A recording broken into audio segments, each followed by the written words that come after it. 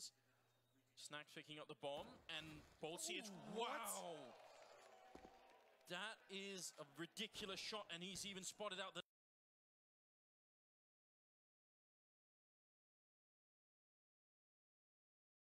next player in Taco. This cannot be real. Snax trying to see if he can sneak his way in. He's still got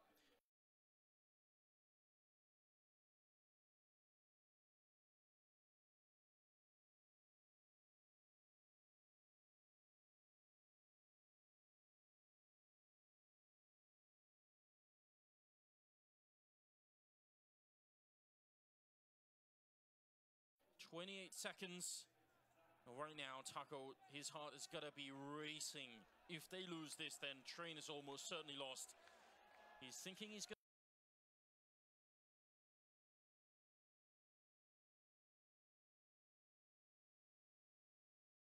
come back, but Snax has got a great read right now.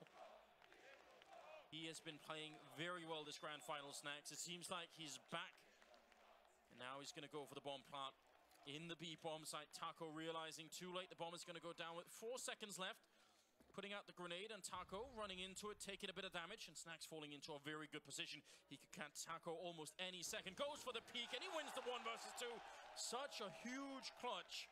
That first shot from Snax is out of this world. That's so unreal, and he bails them out of a tough spot. They had such a good round going from the power, the aggression, but they need a pause button at times. Too many individual fights coming from that, but Snax is just incredible, juking Taco unbelievably well. Faking going back to the other site, and Taco, it's such a tough decision to make. So it's crazy as well. Bolts actually sees him, and all Bolts needed was really the information. They just needed to know where he was. Yeah, I guess Bolts thought he went into connector. That was kind of his play, what it seemed like. Either way, I mean, VP not slowing down whatsoever. Here's one of their famed outer hits. Even though blind, Snax pushes up, has the knowledge of Fur. Pasha takes him out. There's a boost from coldzera with the UMP, wins the duel. But the info that 2 players are there is now out, and the bomb should be getting planted, but actually byali has no cover from Ivy, from ladder room. You could see him calling it out, and actually there's the bait and switch. Bolt's delaying it even more. It's a shame they don't have more firepower, but it's working out anyway. It's all of a sudden a 1-on-2. byali has no idea what has occurred here. Oh my god, they had the bomb site, but they just didn't control anything around it. And suddenly they were getting shot at from, what, 4 different angles? That's just too much. Now byali has to try and do another 1 versus 2 here. Snax did it for them last time. This time at least, he's got the AK-47 already. Doesn't have to go and try and pick it up. And Bolts has got no armor, so it can be done. And right now, SK are on opposite sides of the map. This is so risky. Yeah, tough part for byali now is he's being patient, right? He's waiting to see if there's anyone going to rotate through, but now he's lost track of where anyone could be, because there should have been a call. Well, they obviously knew where Bolts was in ladder room, and they knew where coldzera was at one point, but because he's waited so long, now he has no knowledge. They can be anywhere. And he doesn't have a lot of time to do this hunt. It's pretty impressive that he does such a good job of checking everywhere, but ultimately, he has to try and fake them out, and now they're going to be very much closer. They know he can't really run B. He tries for it again, and it's going to be an easy round win here for Cold. Stopping byali in his tracks. It will be a 6th round here for SK Gaming. We almost need a replay of that round from like a bird's eye view. Well, yeah, I mean, just there were so many fights happening, and it looked like Virtus Pro just ended up being stacked up on the bomb site. Yeah, I mean, they had 2 players stacked over towards Ivy. The UMP coldzera was taking that fight over the box and actually takes out Pasha at range. I'm assuming Snax tried to make a play through that smoke to bust up the stack and got taken out by the player on bottom. Just a tough turn of events for VP, but part of it is because everyone advanced so far. Like you could see byali. He runs under the bomb site with the bomb, and you can see even in his player cam, he starts communicating, starts talking, because no one has ladder room, and he knows that. And just that delayed peek, he gets the 1 kill, and Bolts coming out just kind of keeps him from planting the bomb, so VP could never get comfortable, could never get into post plants, which is where they would have been just overpoweringly strong. But you get a feeling that just as byali is relaying that information is when SK start to push in from C connector and elsewhere. So suddenly, you know, whoever was trying to help out at Pop Dog was going to be shot in the back. It was all very confusing. Well, I mean, that's the danger of those fast tactics, right? I mean, that's the thing you lose, is that kind of control, that kind of set plan that you have when you're a player, when you're a team, of who's going where and who's guarding what. It really shifts in the mid round. And I mean, to be fair, that is one thing that Virtus Pro has always been good on this map, is those fast, hectic hits towards the outer bomb site. This time it just doesn't work. If you're Virtus Pro right now, you know you just got to grind out the last 3 rounds. Don't give SK a window back into this game. That's definitely not a good idea. This round, though, no armor and some pistols, and I think a couple of flashbangs here. So if they get a bomb plant down, that would be great. Otherwise, it should be a 7th round here for the SK team. I don't see Virtus Pro turning this around. Tough part is if you're a VP, yeah, you're thinking don't give SK a window of opportunity, but at the same time, you're thinking we just gave them a window of opportunity. So tensions running high possibly in the Polish camp. We'll see though. It's bolts all the way back behind the train. Smoke gonna come down. That might actually, VP might be okay with hitting through that smoke. Some flashes over, see what they can do and try and get into the bomb site. Bolts just wants to make sure life is going to be tough back here. Actually, he gets tagged a little bit. Surprised he hasn't put out the Molotov yet. Fur hitting at least a good headshot, and there's plenty of backup here. It's a good triple for Fur. I think that was his 9th kill there. So considering that he had like 0, I think that was 13 rounds in, he had 0 kills. Yeah. This is a pretty good comeback from him individually, which actually I would expect. But it's not always so easy to actually do that. When you feel like you're the main reason maybe why your team isn't doing so well, it can be pretty hard to turn that around. It really can, but I mean, Fur always just seems so composed, doesn't he? Yes. You don't see a whole change in his reactions, even when he's got 30 kills versus the 0 kills that we saw earlier. Yeah, but it's always interesting, right? I think about this when we see new up-and-coming players that we haven't seen tested on big stages. Obviously, Fur not being one of them, but I always think, well, what happens if they get into that? Can they mentally break out of it? Not everybody can. No, I mean, definitely new players, it's a big struggle. What does VP do now? SK has everything they could want. Nades, smokes, Molotovs. You can hear just a rain of flashbangs coming out, and Snacks tries to win a fight, but Fur's going to take him down. Even Taz brought down to 17 HP. Oh, a grenade. Just a bit too far away. Gets caught there. Could have been a nice grenade kill. But even just the aggression. I mean, if you're Virtus Pro now, you lost main control. Cold was actually down aggressive at Ivy earlier, so you have almost no map control now. It's insane if you just look at the players, like how much utility is left on both teams, and we're, you know, still, that's like at 1 minute and 20 seconds left in the round. So much is used for the early advantage in these rounds. Neo's going to come out the upper ramp.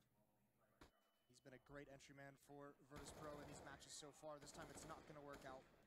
2 players at the inner sight, Taco and Bolt's going to hold it down. Fallen drops Taz up top. And there goes Bialy. That's a very clean shot from Bolts on Pasha. He just didn't stand a chance. We talked about giving SK a window back in the game. It seems like they've made one for themselves now. Yeah, they've busted it wide open, haven't they? This is cause for maybe not panic yet, but that seems to be where we're headed here.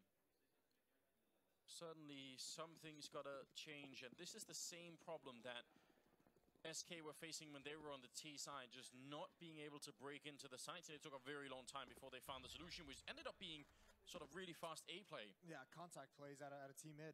Well, I mean, it's also, if you remember, the same problem that Virtus Pro had on Mirage when they had a big lead, and then SK kind of started off really, really strong, was that VP couldn't get any entrances into the round. VP lost so much early on that they just had nothing going forward into some kind of late round execute. The previous round, we see them lose a player, and Taz goes down to 17, so automatically, you lose a lot of aggression, a lot of willingness to fight within the first 20, 30 seconds of the round. So moving forward, they've obviously got to stem that. Again, around without armor here for the VP side. But you have to expect that SK are just looking forward to farming up as much money as they can. The one thing they don't want to have happen is to be reset in this game. That would be disastrous. They lose Cold Zero somehow. Looked like he was a little bit too confident. Fallen with a good flashbang. I like that, Moses. Yeah. Yeah? Do you? I do. Well, there's nobody. Where's the B player at? Did he just give up on that? 9, that'd be Taco. He's outside. It looks like he's up in heaven. Yeah. Yeah, I think this is maybe a timing thing because they saw so many players over since the numbers they called out towards Ivy. It's worked out because now Fallen's, back in the B-bomb side. I was just getting worried for a second. There's no reason for SK's point of view to give anything to Virtus Pro here. And they're going to be running in. Fallen Not quite hitting the shot. We'll get the second one. Doesn't really matter. The bomb will go down here, but ultimately the retake should be easy from SK's point of view. Fur will go in and get a couple of more kills, and forgetting about Snacks for a moment. Really wants to play sneakily, and they're going to find out. I think Bolt's actually spotted him there. I think Snacks is thinking, why is that guy still all the way in the back? His teammates have all passed by me. Yeah, but I mean, the big thing to note is because of that rotation, because Taco went over towards Heaven and Fallen rotated in that AWP, you know, you miss one shot, or even as we saw, he hit the shot, but it was just delayed because he was watching so many different angles. And another bomb plat comes out for the Virtus Pro side, so they're going to be happy with that. Tactical timeout. What is going to be the plan here, Moses, for Virtus Pro? It's been just an enormous amount of rounds suddenly in favor of SK Gaming, and they're on the verge of making the comeback. Yeah, I'm not sure that you can call your fast outside strategy. If you remember, just, you know, I told you guys to make note of how much utility had been used in that previous round within the first 20, 30 seconds of it. I mean, SK and Virtus Pro, for that matter, had used everything. So yes. maybe if you're VP, maybe what you do is you try and use a little bit of utility to mask and make it feel like it's going to be some kind of outer hit, like maybe 2 players worth. You get the counter nades, you get the counter Molotovs from the SK side of things, alleviate some of that utility that they're going to have moving forward, so you could re-execute somewhere else, or you can start to pressure someone else, and you don't have to worry about all the Molotovs, all the flashbangs coming out. Very quick down pop dog Fur. Almost got caught with the Molotov there, but instead he just puts it down. An instant headshot on Bialy, who was getting a bit too curious there. He got baited into that fight, Anders. They saw each other crossing over the flames, and Bialy really wanted to take it. Yeah. Tough part now is because he falls, VP doesn't have control of ladder room. Fur's got it. So now you can see Taz is very, very cautious. How are they going to take this? A lot of bullets being used, not much really happening. Fur just holding down mouse 1, expecting someone to jump down. He picks up the AK and takes down Taz and Neo as well. Outplayed. That is so well done. They hear all those bullets go out and they think, that's it. We've definitely got him cornered. 2 versus 5 here, and Fur has most certainly come alive. What an incredible bounce back from a miserable first half into a very dominant performance here on the second half. CT side has been almost all Fur. That's so sick. Yeah, I mean, he uses his whole clip intentionally while he's blind just because he knows that's going to happen. What a complete outplay there. That's disgusting. And all of a sudden, that mistake from Bialy, it gets compounded, doesn't it? There it is, the quad at the end with 4 health. That you look at the way that he's spraying and sort of, you know, trying to control the recoil even though he's flashed, and it just looks like someone who's just been gripped by panic, you know, someone who's lost all control, and you think, well, that's it. And then he swaps in for the AK and closes the round. Yeah. That's so impressive. It's so that caught me completely off guard.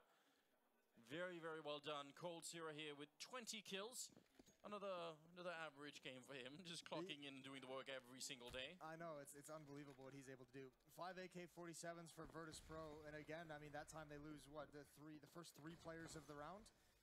They've got to change that up, and this time all 5 players towards the inner bomb site. Unfortunately, SK's reading this. They've got the proper call. They've got coldzera here at the upper ramp with AWP. They've got Bolts, and they've even got Fur, who's in ladder room once again, and that will be a very quick flank. Oh, that nade before it even begins. That's so dirty. A nuclear strike right on Virtus Pro, and Bolts down on the site. Gonna put out a couple of counter grenades. Virtus Pro, though, rushing up the sidewalk. That could get very close. Snack's gonna catch Fur, trying to rotate in from behind. There's a lot of damage already done to Virtus Pro, but here comes Bialy, picking up a big headshot on Bolts.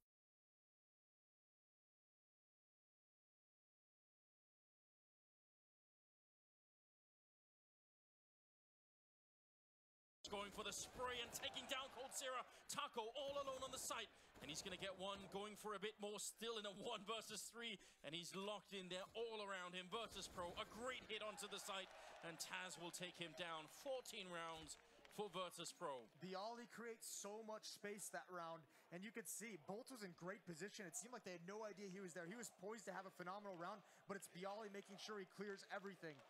And that's what they're so good at, even on both bomb sites, obviously. Usually on the outer yard, there's fast-paced, aggressive hits. Even eating that nade early on, it doesn't matter. They swarm.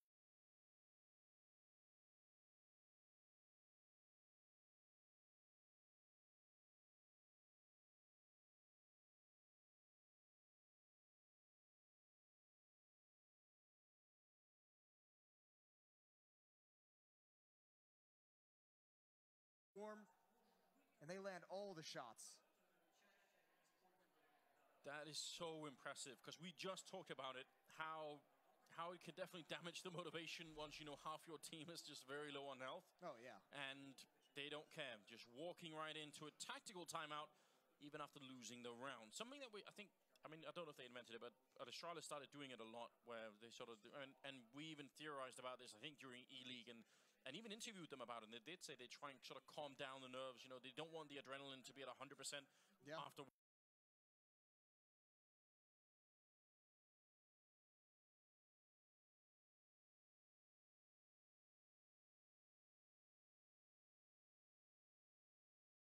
winning a big round, and that it really is a big round for the VP guys. Yeah, it absolutely is. The thing that would be heartbreaking now, but I mean, look at all the money that SK has. You can see it on the screen up there. That's unbelievable. Everyone's sitting at like 11,000 to 14,000. Now that's before the buy, but still an obscene amount of money. Look at how many people Fur has overtaken just in the second half from his zero. It's the triple.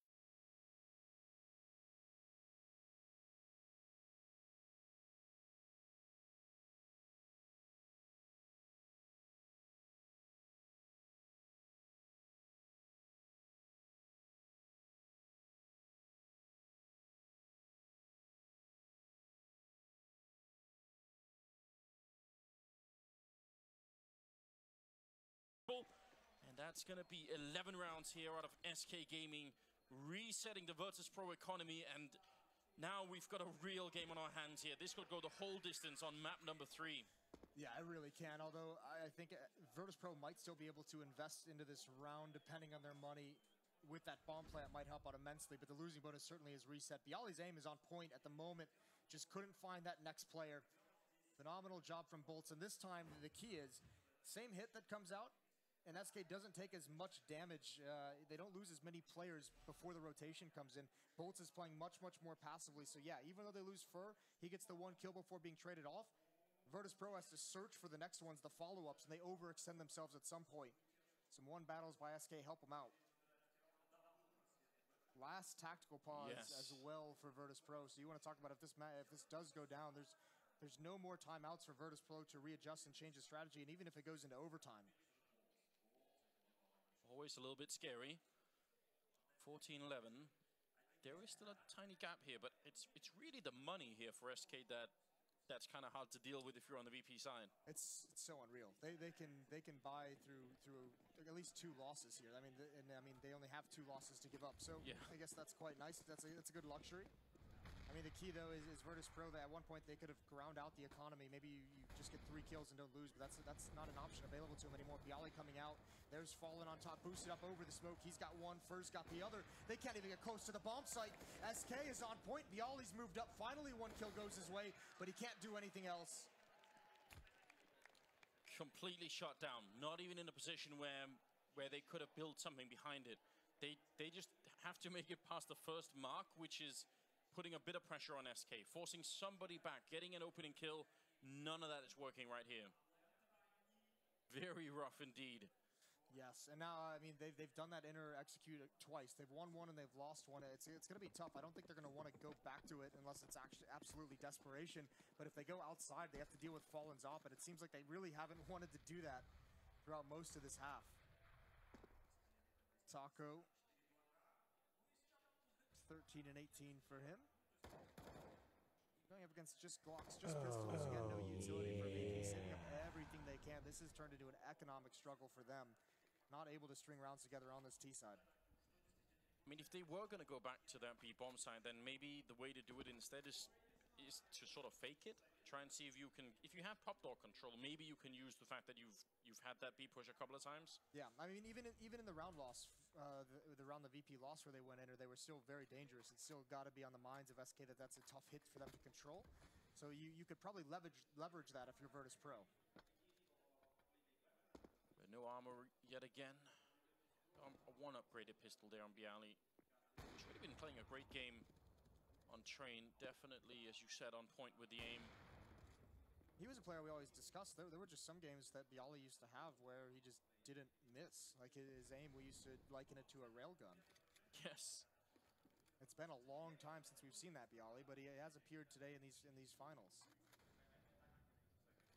Seems like he definitely took it a bit rough when the team wasn't working. Maybe just a bit more emotional when it comes to that part of it. Fur down here with the M4. Does a little bit of damage, but it's Bolts to get a quick double kill.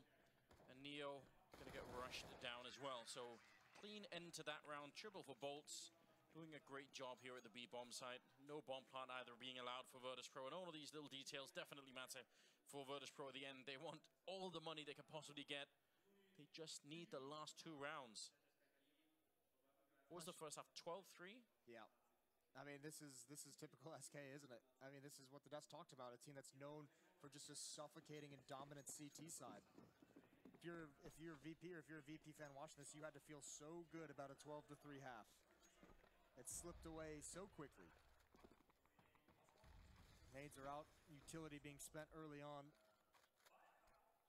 3 players essentially in a line in this outer bomb site, and then 1 on the bomb train. So if you're Virtus.pro and you're trying to gain ground and create space and get to wrap on the flank of the A bomb site, you're gonna have a really tough time. 3 players here. Well-timed Molotov.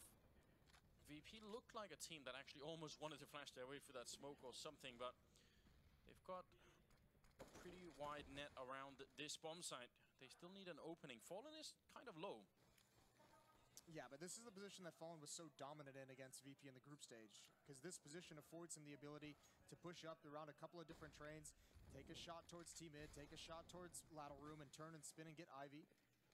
Whatever you might want to do, and he's just adjusted out of it, just as I say that, and VP again, late round, going to go back to the center bomb site to this aggressive hit, and once again, it's Bolts and it's Fur to defend this site, but Bolts is playing it passive. He's playing it far back. So Fur, the aggressor, is going to take the initial contact, and Bolts' only goal is to support Fur where he can, but mostly just prevent Virtus.pro from pushing up too close to the choke points. This has to work for the Polish side. It's now or never. They're running out of rounds. Fur to get the opening headshot, spraying again to take down Bialy. That's a huge kill. Taz did get 1 in return, and the bomb plant will go through, but they're a man down. Neo with a stunning headshot to take down Bolts. Makes it look better, and this time for SK Gaming, there's a big change. No flank coming in. It's going to give a bit more space to work with there. Snacks, he's up at the box holes, and he's not going to see anyone for a while. So can he get back in and help his teammates? SK, they need this retake. Virtus.pro, it's been a long time coming here at the second half, and they've had almost no rounds work for them. Taz, can he swing out to get the kill? Taco falling back, Cold Zero with the shot, taking down Taz, and Neo's going to fall all on Snacks. And how does he get out? He takes the kill on Fall on the bomb. At the center of the train, can they get the defuse? He can't actually see them. Snacks, he's gonna go, takes the spray on 1, Cold Zero goes down. Virtus.pro, 15 rounds for them. Right at the edge. There couldn't have been more than a couple of seconds on that defuse. And the Poles are gonna win it back, 15 for them. What a round for Snacks, put in such a tough spot, a 1-on-3. 1 player from SK worried about the flank. You were wondering when Snacks was gonna get involved to hold off that retake. He was watching the flank for so long. Neo and Taz put in a tough spot, but what a victory from him. Oh my God. Virtus.pro even winning the round. Here comes the uppercut. They did this on Mirage. It was just a straight rush. Can they get in front of this Flames in time? No, they have to fight inside of it. Bolts might have just done it. They do extinguish it, but the damage is done. Neo, he's going to go down next. The new player on loan from Immortals. Has great inside defense, and Fallen is here now. He's there to back him up. Beautiful defense from Bolts. Definitely not easy to get that timing, but he got it perfect. Taz, long-range spray to take down Cold Zero. Snacks got a headshot as well. And now it's a 1 versus 2. He's going to run, but he can't take down Taco. That was so close, almost catching him off guard. But it will be 14 rounds for SK Gaming and Virtus.pro, surviving with 1 member in the previous round.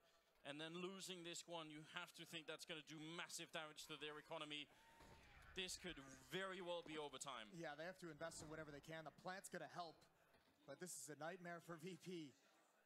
Still trying to pummel this B bomb site, trying to take advantage perhaps of the new player.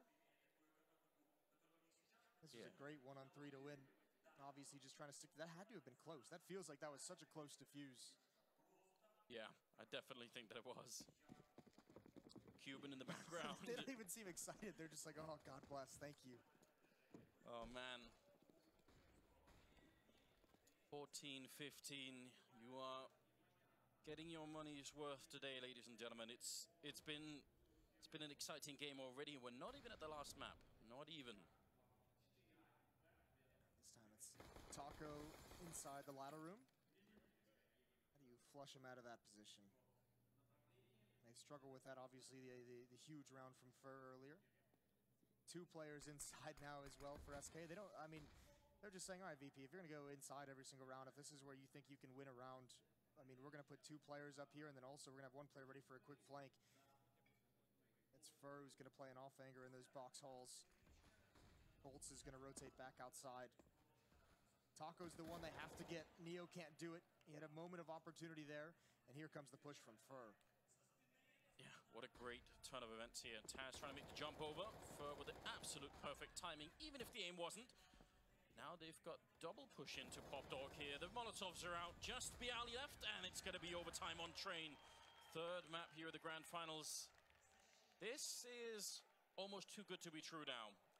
Once you get into overtime, there is like this weird mental reset where, because this game almost seems like it's sort of grind to a halt. The only answer that Virtus.pro has is the B-bomb site, and SK seems like they figured out how to hold that. Well, so, yeah, and also, I mean, now if they're going to be running that setup, 2 inside and 1 in ladder, if you're going to get that every single round, then all of a sudden, there's not a whole lot of options towards that inner site because there's such a fast flank that can come in. That can be, and let's remember, even when they've gone to the inner bomb site, even the rounds they've won there, they haven't been clean. They've been extremely close. I mean, they're having to earn every inch of ground in there with that setup of Fur playing up close and Bolts playing far back. So all of a sudden, you've lost the manpower to watch the flank as well. Well, get everybody involved. Get all your friends here. It's overtime on map number 3 for Epicenter 2017. Bialy, I like this play. Very aggressive. He wished someone would go and peek after the initial round of grenades. He's down to half health, but still, this is a change for the VP side, trying to see if they can catch someone from SK off guard. But instead, they're going to get smoked off and have to simply fall back from that one. Yeah, Taco setting up utility, daring someone to try and work their way around that smoke. Similar setup that SK ran a couple rounds back. It wasn't spotted out. Taco close up, fallen into hell with the AWP. One towards Ivy. A lot of different ways to work together like this. They have Pop Dog control as well. So Neo being over there, this is definitely a different setup for Virtus.pro, and something that they haven't been able to achieve for a while is even Pop Dog control. Maybe that could make a difference. 3 men down Ivy. Is it going to be enough to break it open? 1 good kill here could absolutely crack open this A-bomb side, especially when there's only 3 people on it.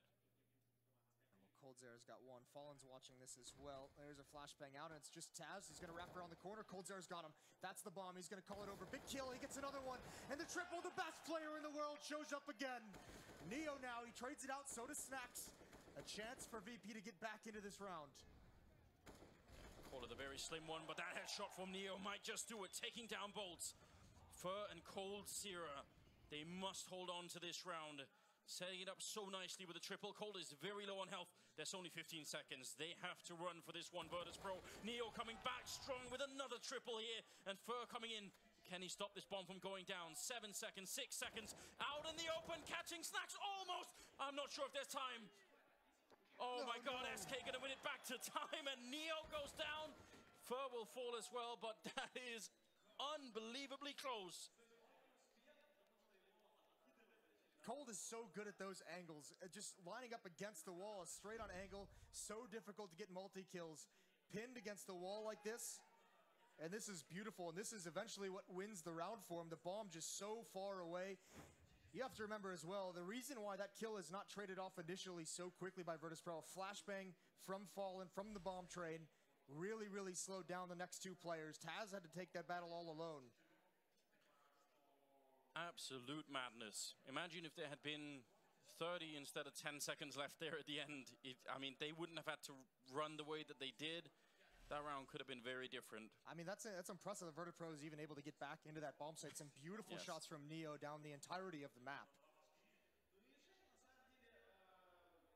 A bit of a break in the action here as we get back in. Double AWP on the VP side. That's T side, which you don't always see.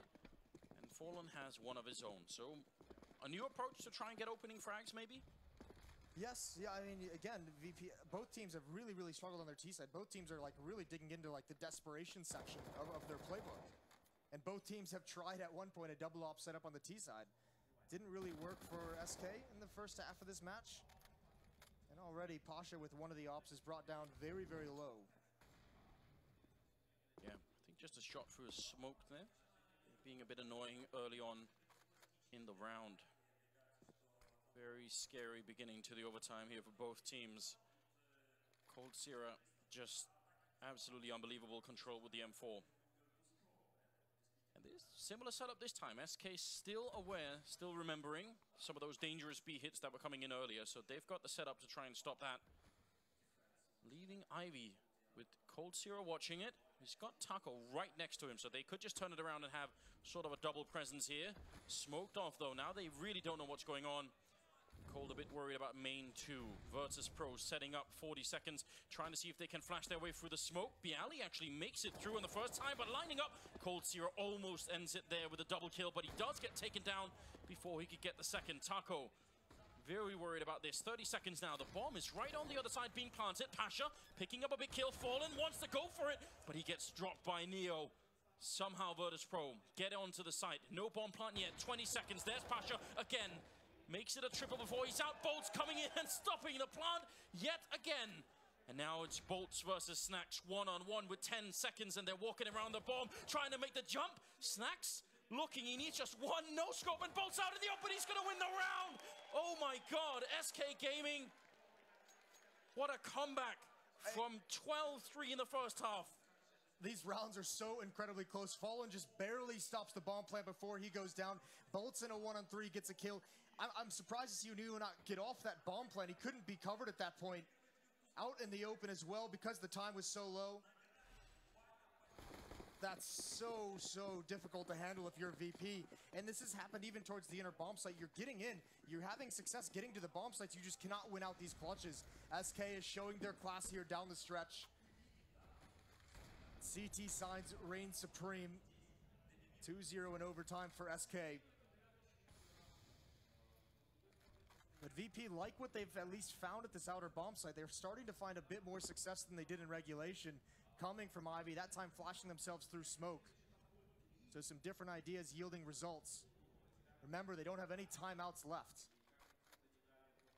Where do SK find the energy to grind these games back? They did it against Astralis, which brought them into the grand finals. Now they're doing it in the best of 5 against Virtus Pro, who've been looking so good. Fallen, just a quick shoulder peek, does not want to do anything crazy there. Could have gone horribly wrong. Now control again here, all towards Ivy. Cold winning the fight and getting back. No scope from Pasha, not connecting. Looked like he almost wanted to push through. That's a bit dangerous. Fur, the only one on the bomb side. Bolts goes down, and Fur is next. What a big opening. Neo and Taz coming up with 2 huge kills. And now Pasha is the flanker over there. Fallen looking to get into the site. 3 versus 4. Oh, this is huge. Neo watching the flank. I think he heard a footstep as well. He's got the angle. Now Pasha comes in. He's ready to pounce, but he's waiting for the indication. Cold's gonna check it though. Oh, and he spots him. He's lost him in the smoke though. Big kill from Pasha and Fallen now. He looks like he just has to fall away, but can't even make it. 2 rounds for SK, and finally, Virtus Pro. They come out on top of one of these rounds. Oh, you can see the focus in Fallen's eyes as well. Everybody's in the game now. This is starting to get to a point where it's going to get pretty raw towards the end of this best of 5, because when you're playing overtime in the 3rd map, if it goes all 5 maps, just think about how much that is you're going to be playing all of a sudden. Can be, yeah, this is when you start to get a little bit loose in mental focus. A little bit of exhaustion will come in as well. But this has been brilliant so far. I mean, not to mention, towards the end of this game, especially considering how weak the T-sides have been, this is where sometimes you start getting a little bit crazy. This is where it can get scrappy. Yeah, and this is actually worth thinking about. I think it's like a tennis term, unforced errors, right? So imagine if you're just playing like a best of 1, your rate of unforced errors should be the lowest possible, right? But as you start to get into overtime on a 3rd map in a sort of a grand finals, that rate can definitely go up. And that's something that's worth noticing here. If we are going to see any of those, it's definitely forgivable if it happens now, because they have been playing for a while already, and a lot of energy has been spent just getting to this point here. 16, 17, SK now on the T side. Looks like SK wants to fake an outer hit and go towards the inner bomb site. Maybe not even fake it, actually. All 5 players here, they don't have map control. coldzera's fallen back for a pop flash to allow him to get control. That's for the lower ramp. And they've got it. And actually, VP only has 1 player here so far. That's Snacks. It's on that high train. No one else supporting him whatsoever. He's got a big job to do if they hit this. This is dangerous. When does VP rotate someone back? Snacks here. There's the jump. The flashbang misses the shot. Can he grab the angle? Taco's already passed him the bomb site. That's not the bomb, though. There it is. Molotov hopefully slows that down. Grenade doesn't really do enough. And coldzera with the opening frag in the round. Taking down Bialy. This is looking like a really great attempt here for SK Gaming. The bomb is down so quick. The only problem is they are kind of stacked up on top of the bomb site itself. Taco with a good shot. Snacks comes walking right through. No chance at all. And Pasha might as well just fall away here. 1 versus 4. Great round out of SK Gaming. So well timed. And I just don't know how Snacks didn't get the first shot.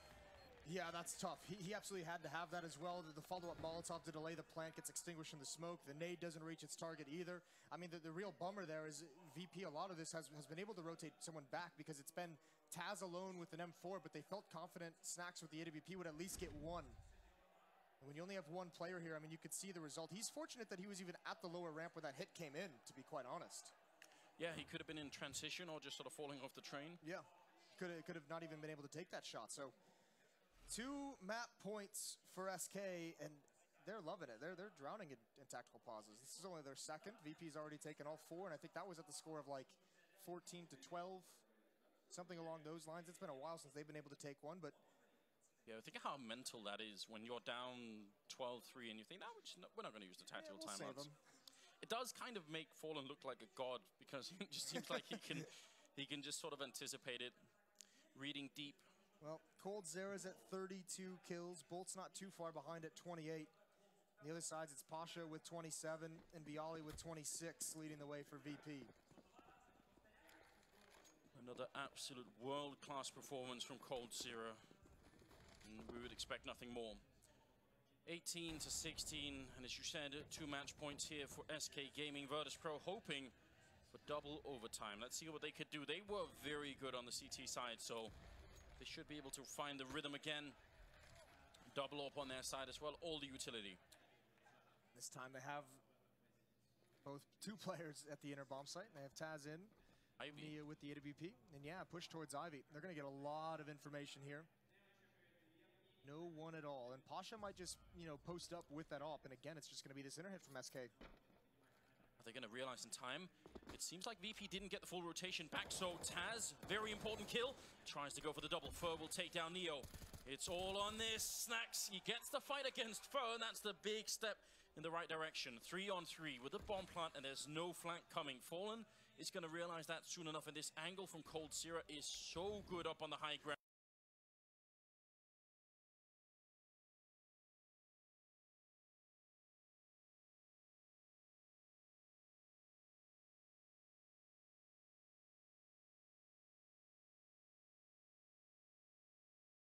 Ground.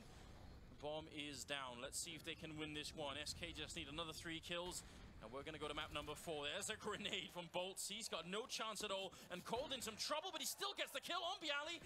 And now the 2 versus 2. Fallen missing a no-scope. Are they on the bomb? Not quite yet. coldzera goes down. There's Fallen with 1.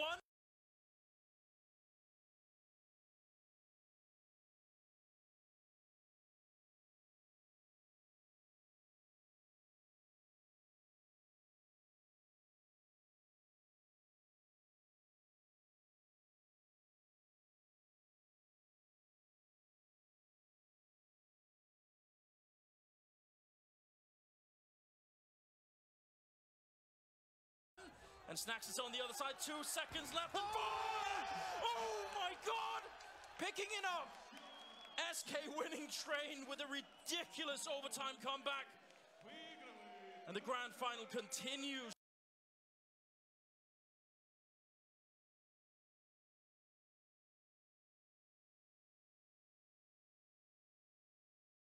Ladies and gentlemen, this is unbelievable.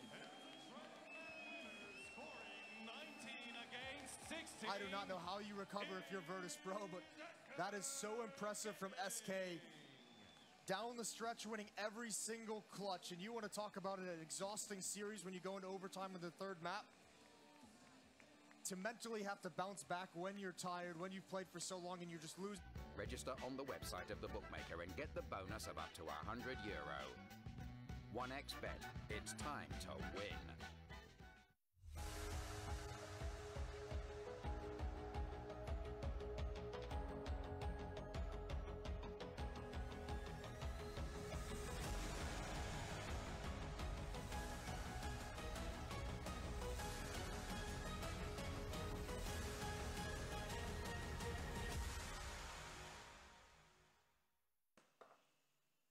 Here we go then, just checking in on the scores. 12-3 on both halves for both sides as we got a full blockbuster there as we do once again continue to go all the way. There is no absence of excitement here in a best-of-5 final. Only 3 out of the 5 complete, and this time it's Train where SK make a run for it. It looked like Virtus.pro had full control, the plow indeed being refueled, and then well, the Brazilians do show exactly what they're capable of. And then one anti-eco, Alex, and everything falls apart. Round 19?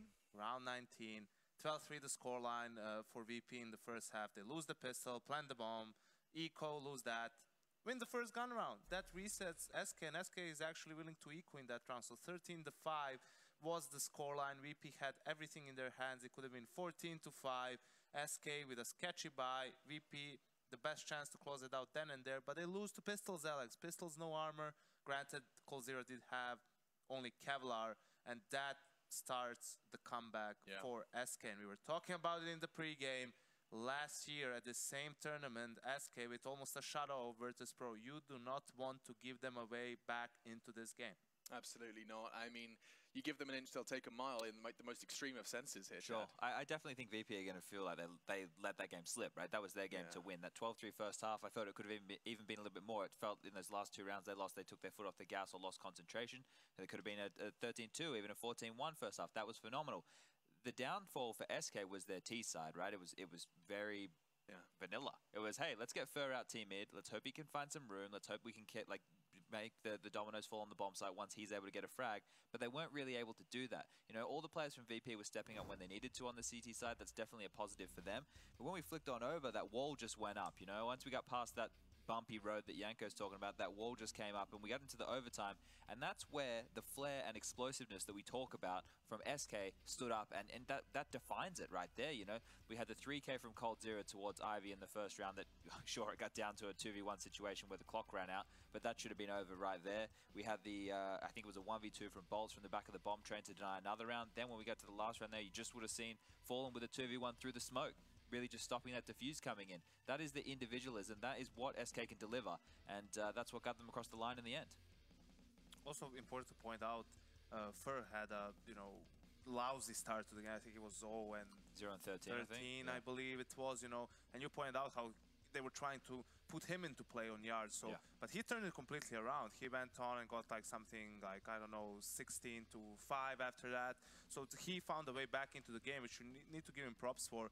Some players get very disheartened after having such a lousy start, but he was just keeping his head in the game. And yes, there was, even in regulation, the Bolts 1v3 and so forth. I mean, Snack says towards the end, yes, but that was my point. It was on both sides. You can't really, call it either way. I'm a bit disappointed by VP in the sense that, okay, if you disregard the anti-eco round that they lost, usually we've been praising VP this whole tournament for being able to win consecutive gun rounds when they are not in the control of the economy. And this time around, they were a bit underwhelming. Tried to go towards the B bomb site a couple of times, but couldn't really get that entry kill or a favorable trade. The players holding B, it was both, but even Furry in a round or two were able to get a kill, buy time, and that really made the retakes for SK much easier than VP would have liked to. It was a tale of 2 sides, but 2 CT sides, really, if you do review it. It was, I mean, especially considering you guys got me all hyped up for that T-side VP. You also mentioned that SK's T-side was a question mark. We didn't get to see it in their previous victory versus Alex, we like to get you aroused and then disappoint you. To credit VP, though, I definitely think they had a lot more depth than SK, for sure. Like, in the amount of different strategies they were trying, the fact that they had more set executes, they had different plays, but like Yanko said, they weren't able to find those entry frags consistently enough to actually run away with the rounds. It's very difficult versus an SK on maps like this where they have no problem retaking late, right? They just don't care. They're just like, well, okay, the bomb's down, we're going to take our time, we're going to be very thorough, and we're going to close out these rounds. And they seem to do it. It puts more pressure on the people trying to hold off the retake than anything. And not just that they seem to do it, that's probably their bread and butter, you know, that's where SK is at their finest. So obviously, you know, huge disappointment for VP not being able to close this one out, and it would be a huge boost of confidence considering it's the second map out of the two that they've lost in the opening series against SK in this tournament that they are able to win, you know, without too big of a struggle. And this ending as well, what an explosive ending it was. Of course he hits the first shot. Of course he hits the first shot. And on Snacks, no less. Fallen's reaction says it all. They felt ecstatic after that one. coldzera put on a show. I mean, you have to give credit to Snacks as well. You got to see his kind of face reaction to that 1 versus 3. Had he not got that, we could not have even seen the overtime. He gave VP a lifeline. They probably wouldn't have seen one. Yeah.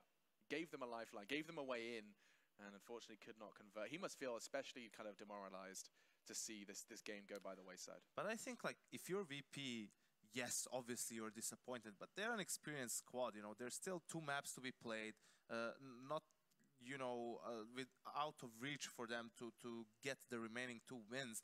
What's very good for VP is that their game plan works no matter the map on their CT side, right? Be disruptive. Don't let SK get those early openings. Try and take those early fights. Pick your the side of the map where you want to provide some early aggression, so to speak. And that way, it's really difficult for SK to get rolling on their T side, right? That's what VP didn't manage to do on Inferno, and that's why SK had such a strong T side.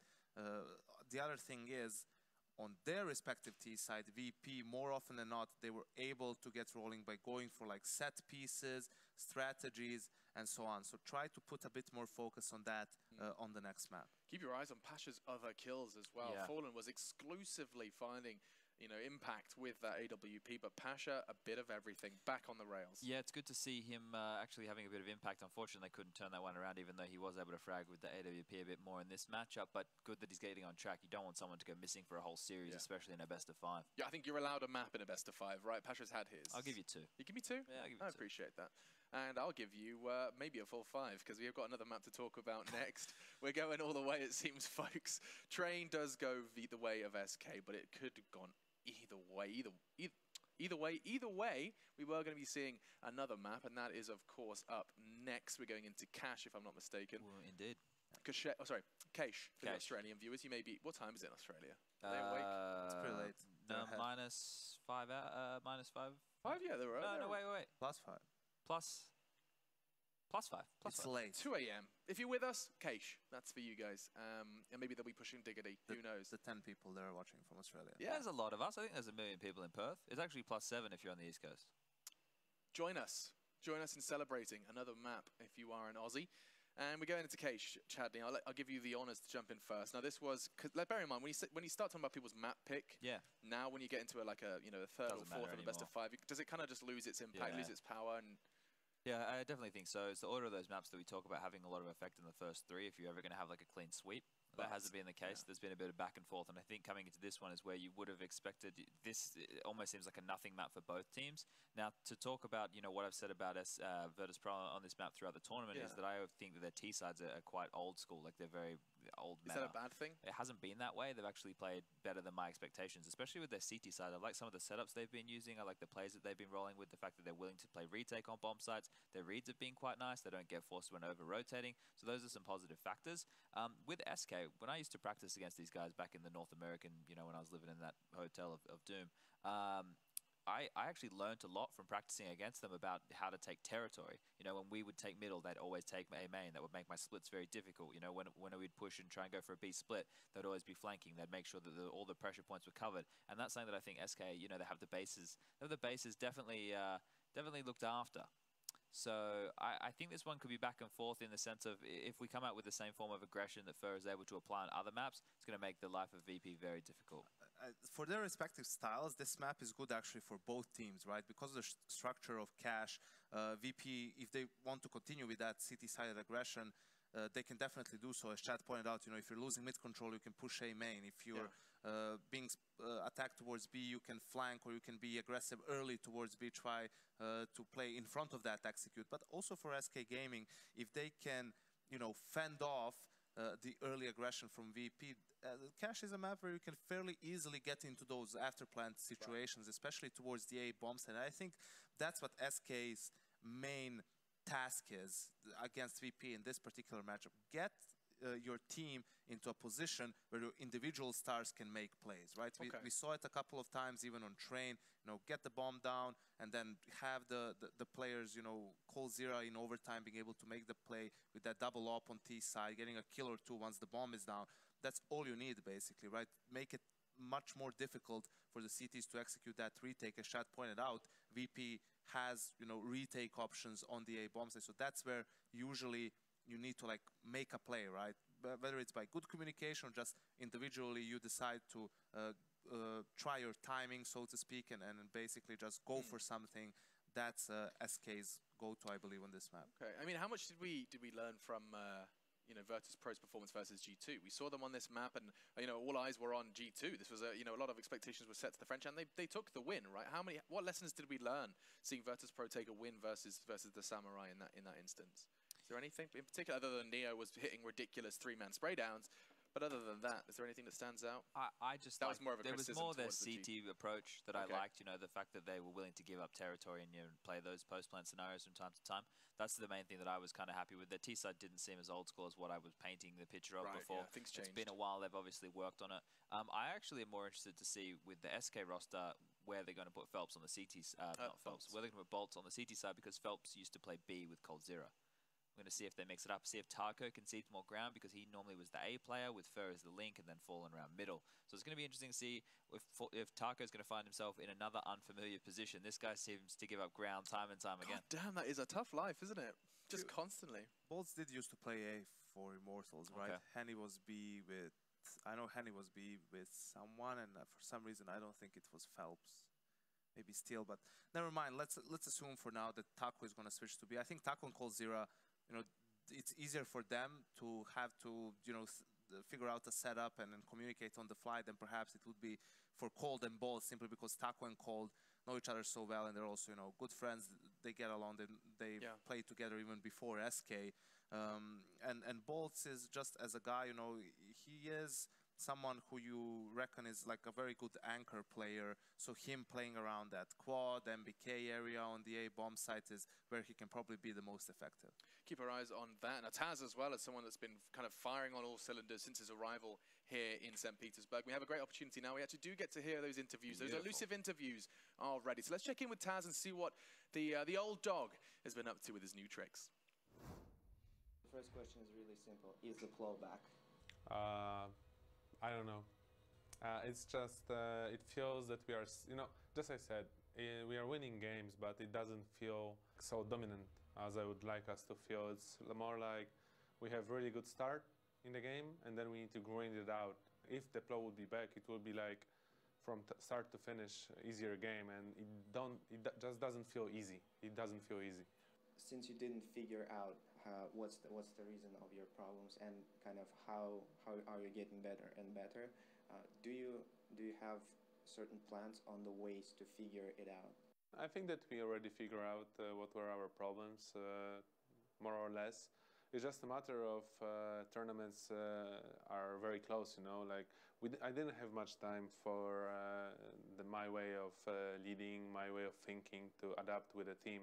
It's more about what we have from Snacks, from Neo leading, you know, from Cuban ideas. I need to, you know, try to find a way in it and try to put players in best positions. But guys are helping a lot, you know. They're playing great, as you said, not only Pasha, but I feel that Bialy and Neo are doing a lot of great job with killing and Snacks is giving the winning calls, more or less, you know. He's like giving, there's like close game and there's one call needed to actually close a gap and give us a huge advantage.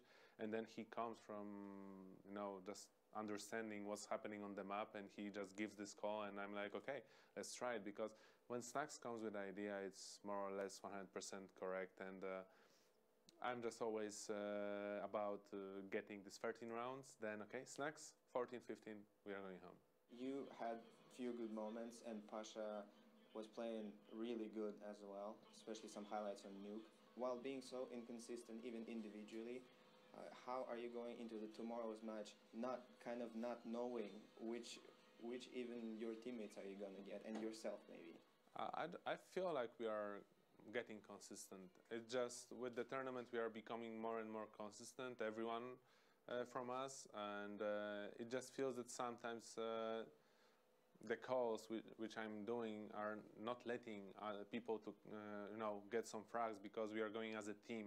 So when one falters or two guys will die, then the rest is coming to, you know, to the side which is actually non-takeable. So it's more about team play, not about consistency, I think. I think that we are playing really good CT sides, and on P side we are playing as a team, so we are not having like great stats. Before the start of the tournament, you were outside of top 10. When you get to the final and having such a huge gap in the world rankings, do you take that into consideration, or in the final it's completely out of the window and just the new game starts? I don't really care about the ranking. I think that whoever from top team play against us, they also don't care about ranking, because they know who are they facing. So tomorrow I just want to play a lot better than in the first game against SK, and that's the only thing that matters for me. There is no specific way we will prepare against SK, because they have new player. The only thing I see that we just played too passive. We played not our game against SK.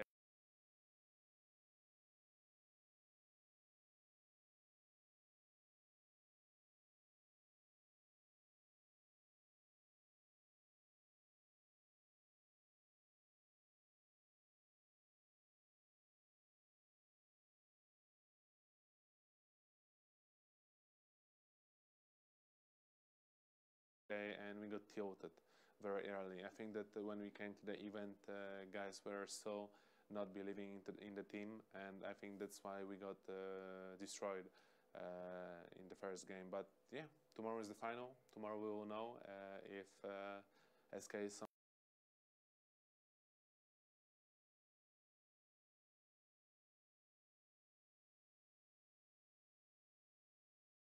much better than us, or maybe the plow will ride along. A calm and collected Taz there, suggesting that we will find out. This will provide the answer of whether or not SK is so much better than them. I think we already have the answer to that question, which is no. Currently, we have got ourselves a real series. The simple fact is, VP win SK's map pick, SK respond. We go into train a domain for both, and we actually get a full overtime game. I mean, this is already proving that these teams in their current form, in whatever is in the water in St. Petersburg, these teams are level. And it was not the case when we started our adventure here in Epicenter, but things just keep on changing with Virtus Pro, and it does mean, you know what I've just realized, guys? This event on its own, because it's happened, because VP have performed at this event, we have to go back to starting every desk segment talking about VP going, I think you never know with VP, Alex. We're back to that now. We still kind of did that, didn't we? Well, no, because we finally, they've been consistently poor for a while. We finally stopped that. No, I already have the answer for that. They're going to be in China next week for Starlighter, and I'm going to be there, and they're not going to win that tournament. And that tournament has no one attending. Like, it has Renegades Cabo, are there. Vega, Renegades are probably going to win or something.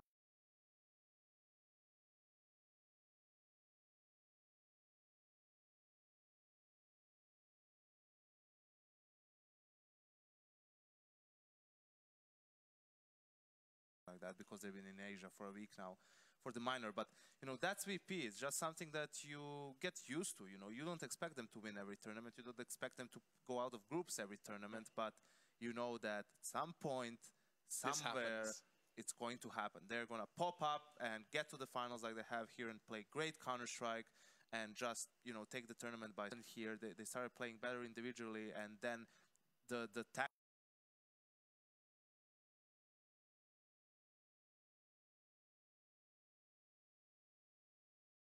tactical prowess that they have can also shine through. The stars aligned. Yeah.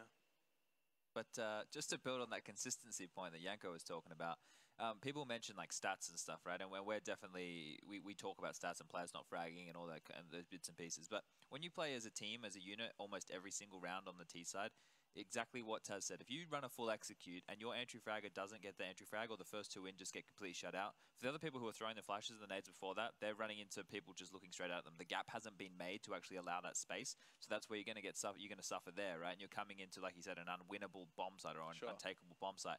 And then when you roll over to the CT side, the question that was asked was, do you know which teammates are going to show up? When you're playing like on the CT side, the frags aren't always going to come your way. A game plan might be to attack another part of the bomb site. You might always be finding yourself retaking. You might have to be doing something a little bit different because they're making or exploiting your tendencies. So in that regard, on the CT side, unless you're a team like FaZe or a team like G2 who can all just do whatever they want and just get headshots across the map, then it's not going to be consistent, or you're not going to have the same people fragging at the top of the scoreboard every single time because of the different environment. That's something that people at home need to note. And that's something that I don't think gets said enough, actually. I think I'm totally up for us mentioning that more on the desk, because there is a reason that we say the stats don't tell the whole story. You know, that's something. Don't tell even half the story most of the time. I mean, but we can, like, there is still a clear indication when we do hear someone say, when we see someone drop 30 frags, there is absolutely zero doubt in my mind that that person has played well. Oh, exactly. So in terms of praise, yes. In terms of criticism, I think there is a lot of other levels that need to be considered. For sure. Absolutely. Worth remembering for you guys at home. I think the chances are a little bit higher. I think we just, in general, we don't like bashing on people, so we're more prone to, for someone having 10 kills, saying, yes, but you remember that round he still had a lot of impact, rather than saying for someone who had, close to 30 kills, yeah, but a lot of that were exit frags. Unless it's like really obvious that there were a lot of exit frags. But yeah, I think for stats nowadays, until we get more detailed one or better dissected or more specific, it definitely requires an eye test as well in order to be taken, not taken seriously, but not to be taken advantage of. Yeah, it's basically don't take them on face value. It's kind of weird. Is the best way to Exactly. numbers out there, people are meant to take that as like a gospel, or not we, numbers get thrown out there. And when we throw them, then take it as gospel. I would just like it, if we had maybe one or two extra tools, Alex, to show the people at home these intricacies that we're talking about within the match. Hey, look at that. One is like doing the obstacle course and everything. It would be so funny if he like broke his arm, twists his ankle. Yeah, why not? Just ruin his career. Cheeky bit of cardio. That's what I like to see. Get your heart beating. Do some press-ups backstage before you come on. That's something that Jordan used to do. I've seen players do star jumps and everything, getting themselves ready. But hand sanitize from Taco. You got all those pre-match rituals. Didn't he have some weird oil thing that was smelling salts? Yeah, that's meant to, I don't know, keep him relaxed or something? He was the original spinner of the fidgets, if you remember. Dude, I swear he started that trend, because I saw it at the E-League Major, bought one. I was like, oh, this is kind of cool. Even before that, he's had one. Yeah, he's had one for ages. I saw it when I was in Atlanta, and I was like, hey, that's cool. Ordered one off Amazon. Next thing I know, it's a dank meme, and everyone's on it. Taco's a trendsetter. Watch out for smelling salts, 2K18. Keep your eyes on this space. And we'll keep our eyes on the match, because it does look like they're going to be getting ready for that knife. I just want to start understanding, what the guys at home can look out for. Let's get that checklist going again, guys. We're going into cash. You've described it as a middle ground for both teams, which is kind of highly anticipated when you start getting to the 4th and 5th of a best of 5.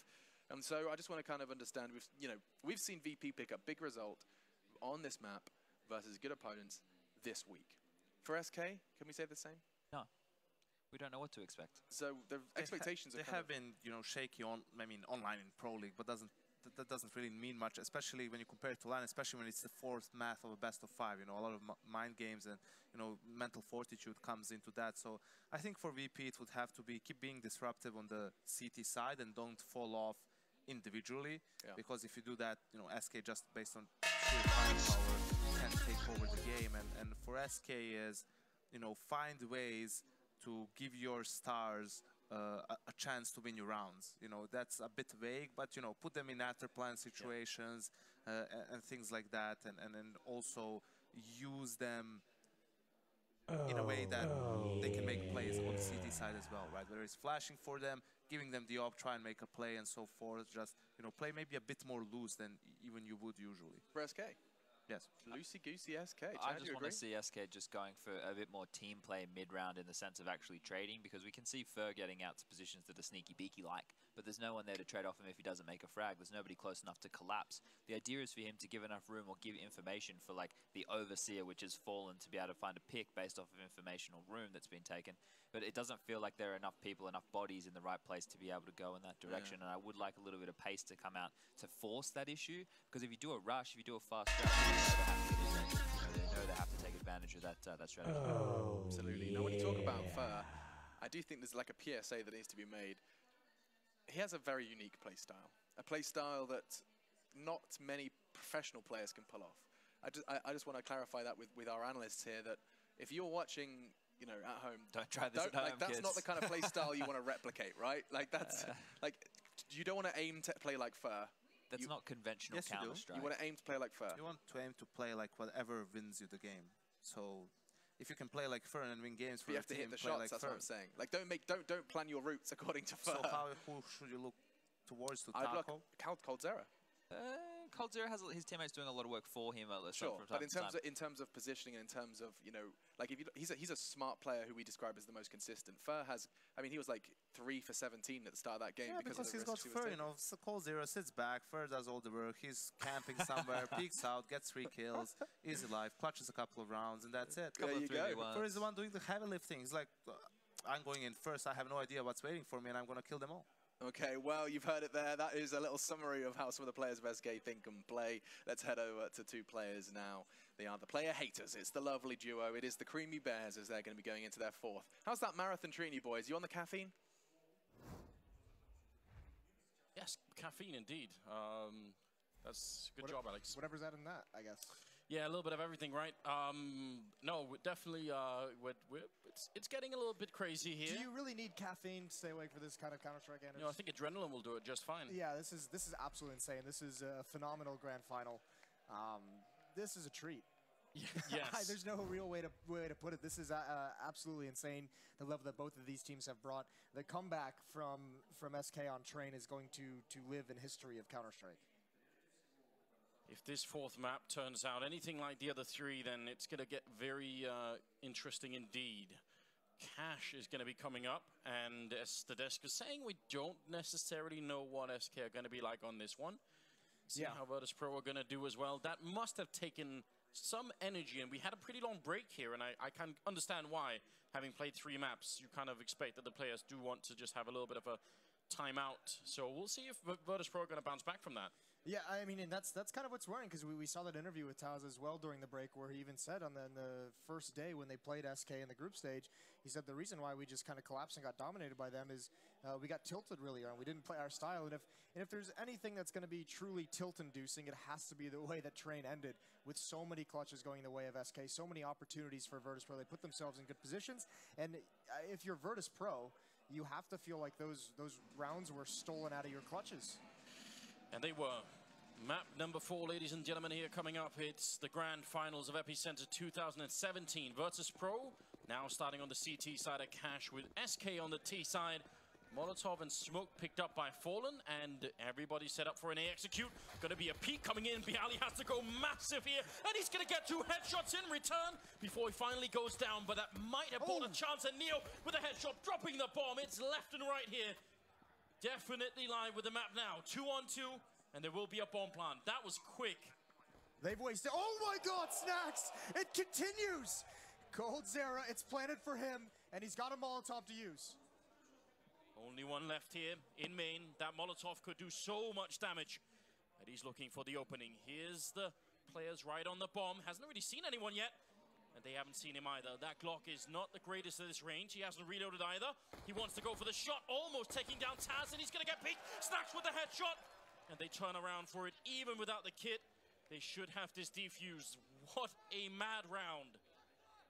Yeah, they came into this one hot and ready to go, didn't they? I don't know, did Coldzera not realize he had the Molotov and all the insanity, but listen, I don't know how Bialy recovered to hit those 2 headshots from the aim punch. I don't know how Neo did it either.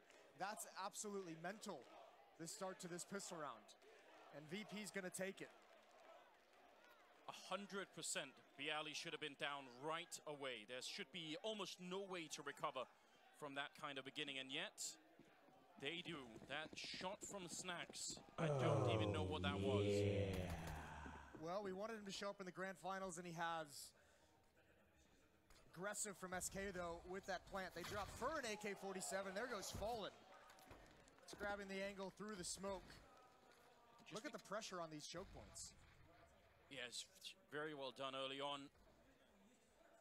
Letting Fur this far into the middle could be a bit scary. Worried about getting him this much room to work with. We saw what he could do on train once he got started. Bialy's got the angle, but the headshot's got to come through from Fur. That's got to feel very bad for Bialy, just knowing you had the read, but couldn't get the shot. Yeah, perhaps even surprised by the AK-47 that's come out. You don't see this too often. We've seen it more and more. There's Snacks getting more information. He's spotted 2 outside of the B bomb, so I'm going to continue going for peeks. It's dangerous. The scout tags him up. He's down to 29. Might be something he thinks of swapping the M4 over. That's exactly what they do. The double peek into connector. There's Fur. Couldn't get the second. But now SK knows the second player was out of the A bomb site. And Neil, you almost feel like he has to play this passively. He's going to stay at truck. He's going to go for the cross. There's no smoke on the SK side of things if they can get through. And well, I think Taco just went. I think that smoke just barely covers him. Yeah, very scary situation here. All of a sudden, VP losing a bit of control over on the A side. They do have Snacks nearby, but he's low on health. Cold Zero, if he gets around the corner here, this truck play from Neo could get very dangerous. 19 seconds. Is he going to have the timing to put that Molotov down on the bomb? That's Cold Zero winning a fight. And a Molotov not quite going to cover everything. Neo comes in with a big shot to take down Cold Zero. Still a 2-on-2. But the bomb planted now. Pressure all around here. SK and they break Virtus Pro early on map number 4. Taco wants to get close with the Deagle, try and see if he can surprise someone. Shoulder peek almost gets him killed, and when he peeks back around, it's a headshot on Neo. Taz coming in with the M4 kill. Bolts, where is he? They just have no idea right now. He's all the way out in main. There's going to be a smoke there, and with the kit as well. This is not an easy kill for Bolts to get. He has to get it perfect. Taz defusing inside, and the bullets are just not connecting. Taz with a great play. That has got to be really frustrating for SK. No, but that's got to be frustrating for VP as well. Yeah, they win the round, and thank God for it, but they've lost so much. And it'll be interesting to see. I think SK is going to keep on the pressure here. Remember, that was a round where they only really they had some upgraded pistols, but just the one AK-47. I think with that plant and the amount of kills they got, they're just going to go for it. So early pressure on the economy of Virtus Pro. That plant had to go very, very wide to avoid the Molotov, and maybe that's why Bolts was having some trouble hitting it into the smoke. A difficult shot nonetheless, but definitely an unusual lineup. Spam through. Bolts had the angle, but doesn't want to commit to that fight. Doesn't want to do the coin flip this early in the round. The reverse boost up into the vent, always a good idea, especially if you get the shot early on so that the T's don't hear the vent being shot out. Then maybe they'll forget about it when they get into the middle and see that the vent is not broken on the other side. It's kind of a common thing, but, you know, in the stress of the situation, maybe you'll forget about it. SK's running low on nades, so it'll be interesting to see how they find their opening. It's going to have to be some duels won. Some smokes deployed over towards the A-bomb site. Mid-round boost by Cold Zera. He could turn into a big lurker, but Bolts is still on the other side of the map. Player on loan playing some very lonely positions. Snacks with the UMP, tough to get this kill at that range, and now that Cold Zera's dropped down, he doesn't want to take the fight. Turns from the flash, there's Snacks with the fight. He's brought him down so low, and that's a big kill from Neo. Bolts tries to pounce in mid, and there it is. Snacks is going to finish him off. No, the spray doesn't land. He can't do it. Oh my God, and somehow Cold takes down Neo. How does Cold get out of this one? He's going to take down Snacks. Almost unbelievable. He should have been dead quite a while ago. Another 2 versus 2 here. Fallen the last one left. As Cold Zero dies in the middle, and Fallen trying to make his way out. He's going to get 1 kill with the scout. And Taz is on the other side. He did it one time. Can he do it again? He's going to save Virtus Pro. This time with a kill on Fallen.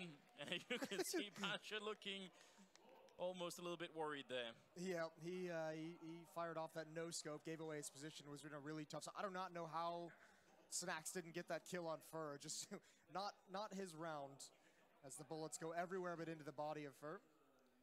Either way, another costly round for VP, but without the plant, I don't think SK invests into this.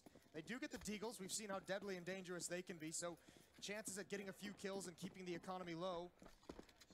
Here's Neo with the SMG, gonna push up close, and Fallen's gonna fire off the Deagle. There's the headshot. Bolts has gotten one, but Snacks is down low as well. And Just a little bit painful. Pasha looking for the fight. Gotta be careful about sticking around too long, although that grenade on Fur without the armor, definitely gone. That's such a big kill to get as well. But Taco, perhaps the deadliest player on SK at the moment with the Deagle. He's been hitting stunning shots. On train, he had some big ones.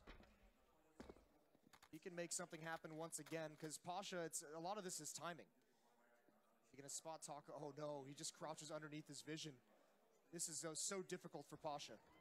Yeah, especially because Bihali will be alone on the A side if Pasha were to go down. Taco, oh, the timing is almost with him. That would have been the opening right there. There's the headshot. Pasha going down. Taco wants to follow it up. Pretty quick aggression here. And he wants the Deagle, looking for another headshot, almost getting it. Now the M4, he's down to 30 health and waiting for him in middle with Snacks. And that does leave Fallen. This is a doable round with the Deagle, even without the armor. He just get the first kill in, but he's gonna get sold out by Bialy. That's a very good angle, holding it 4 rounds in a row here for Virtus.pro, but by no means easy rounds. Yeah, and by no means do VP feel comfortable whatsoever in this game. SK is doing great damage, getting a lot of plants as well. This is huge for them. This has been probably the best start you can have when you're down 0-4. Pasha there. I don't know, it seemed like he just didn't even consider the fact that Highway could have been dangerous when he just backed right back into the fight. Well, the timing was good for Taco ducking right on the box, so... I mean, there's no money for the AWP on the VP side of things. That's a huge benefit for SK. They've been able to keep that out of the hands. Remember, we talked a lot about how good Pasha played with the AWP yesterday. One of the maps where he was apparently just a god. Old Sierra really, really quickly in the middle, not really respecting the smoke. Trying to see if he'd catch that counter boost, although it's not really happening this time around. SK Gaming relentless early on with the aggression. The VP barely holding on. I do like this from Bialy though. Yeah, his position is allowing Neo at the moment to keep an eye on the highway, on players trying to come up, trying to peek that way. He can work with Pasha at some level, but Pasha falls. Gets pulled into a peek in mid. Fallen was just waiting for it. Over a minute left. And a 4-on-5 for VP. Snacks as well is down extremely low.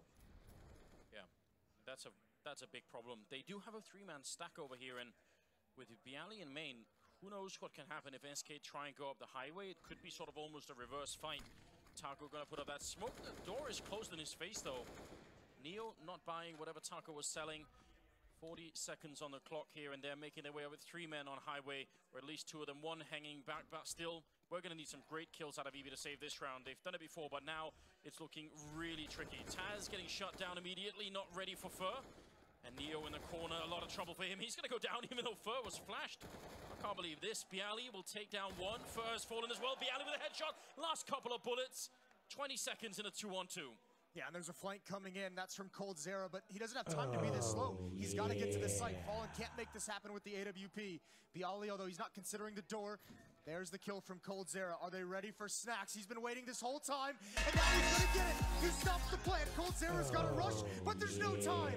Snacks is going to save the round, and even though he falls, VP gets another one. A miraculous play from Snacks. My God, well, the analyst said the stats only tell about half the story of even that, and just standing in the back there the whole game, they weren't ready for it. I mean, this is why it's so possible, by the way. VP has to completely gamble on that. Down a man and Snacks has no HP. They have all 4 players at the A bomb site. That was their only chance of winning that round. And the fact that, you know, SK kills 3 people, they're just thinking there's no way that Snacks is here as well. A brilliant stack out of nowhere. But VP, their economy is still on the edge. And they obviously know that Snacks is the B player as well, so their calculations probably, well, there's probably no way he's going to be here. That was the last A player. Let's go.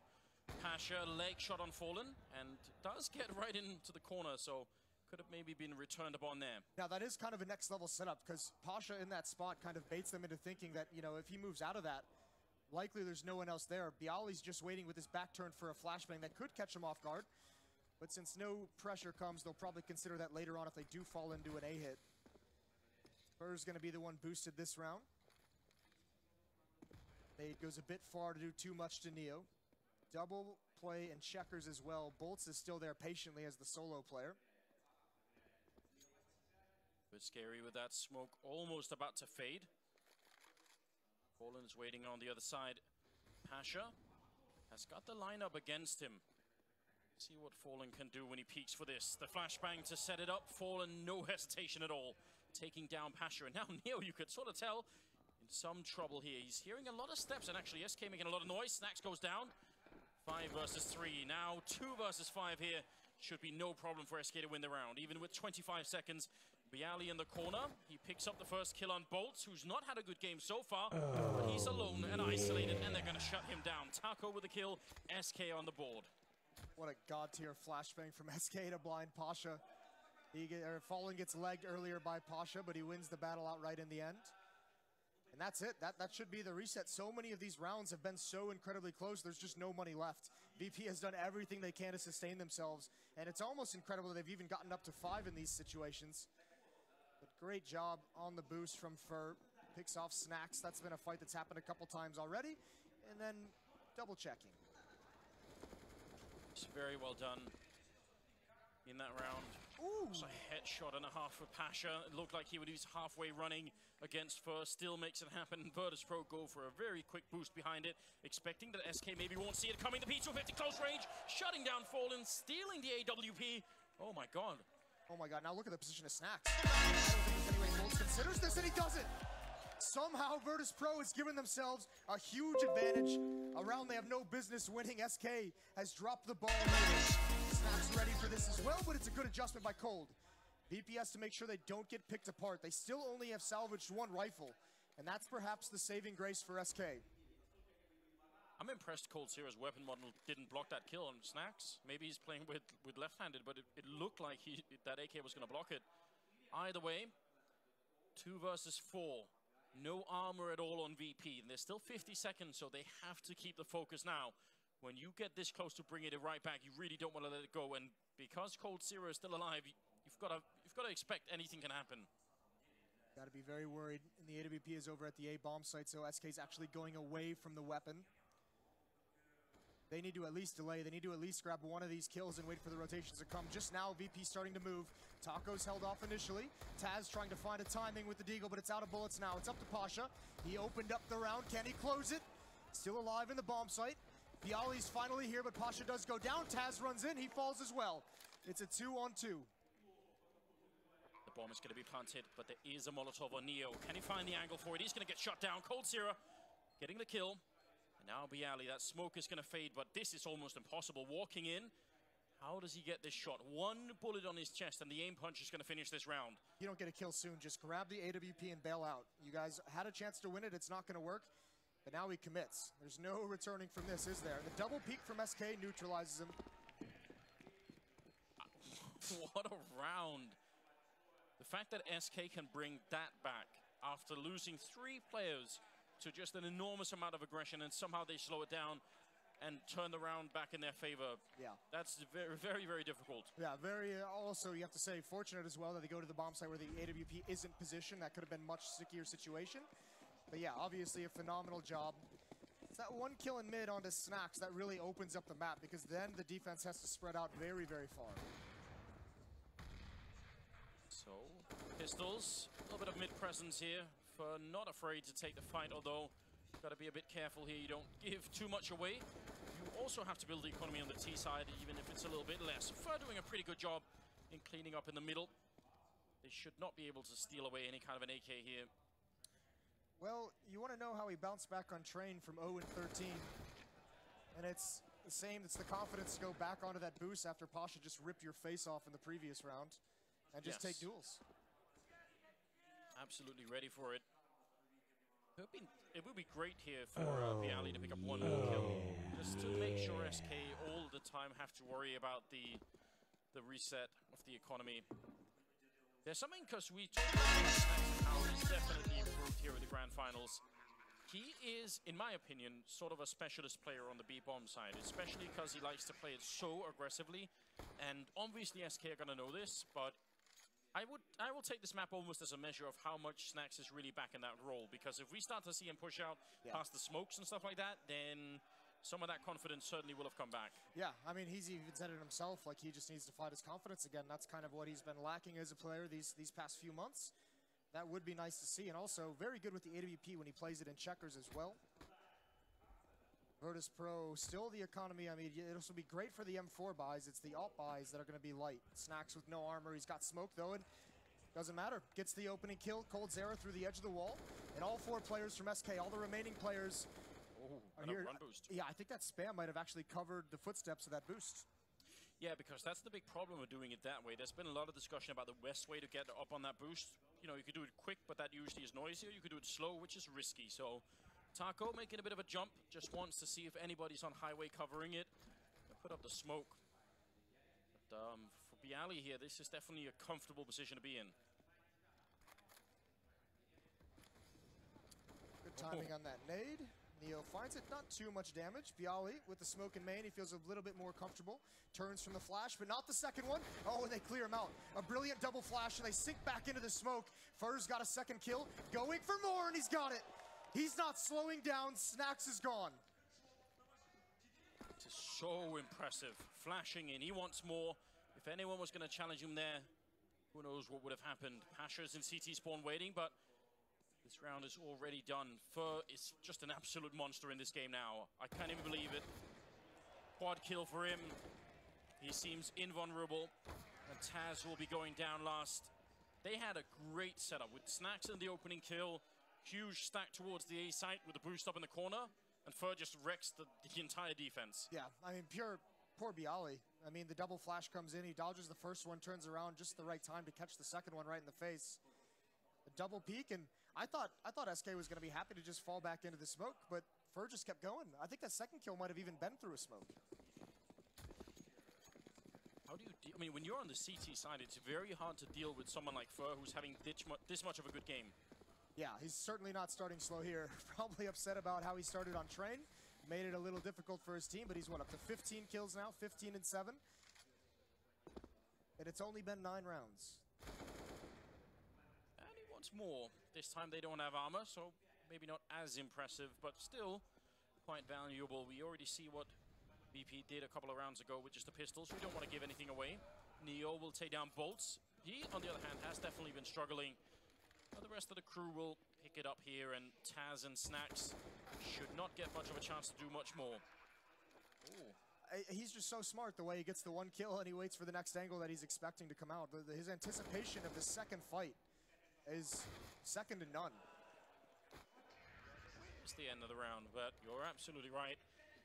Going to tie up the scoreline here, 5-5, with just, I mean, it looked like Virtus Pro were getting away with too much in the beginning. And SK now, they've taken their revenge. Now the real economy, I feel like that's what's going to come into play now for especially for Virtus Pro. How many buys can they get out of the rest of this half? And the smoke had just cleared. That's so sick. The fact that he even takes this fight, right? He's already opened up the bomb site. It's like you don't even need to take that. And that little rampage, immediately VP's just like, oh, we're saving. Snacks got the opening kill here. Can he do it again? And this is designed one way. Or maybe not a one way, but a designed smoke to be able to peer over the top corner. Look at how he's playing this.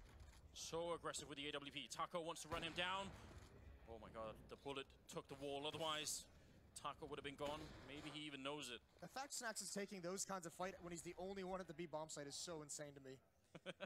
He still gets away and back in the bomb site as well. Here comes the hit. Molotov's going down, and Snacks has no smoke to extinguish these. He's forced into the back corner. Neo's going to bail him out for now, and he's trying to do more, but he can't. Taz falls as well. They still know Snacks is here somewhere with the AWP, and this is going to be so difficult. He eats a flashbang, and he's trying to hold on, but oh! The spin! Not the second, though. Yeah, he needed that.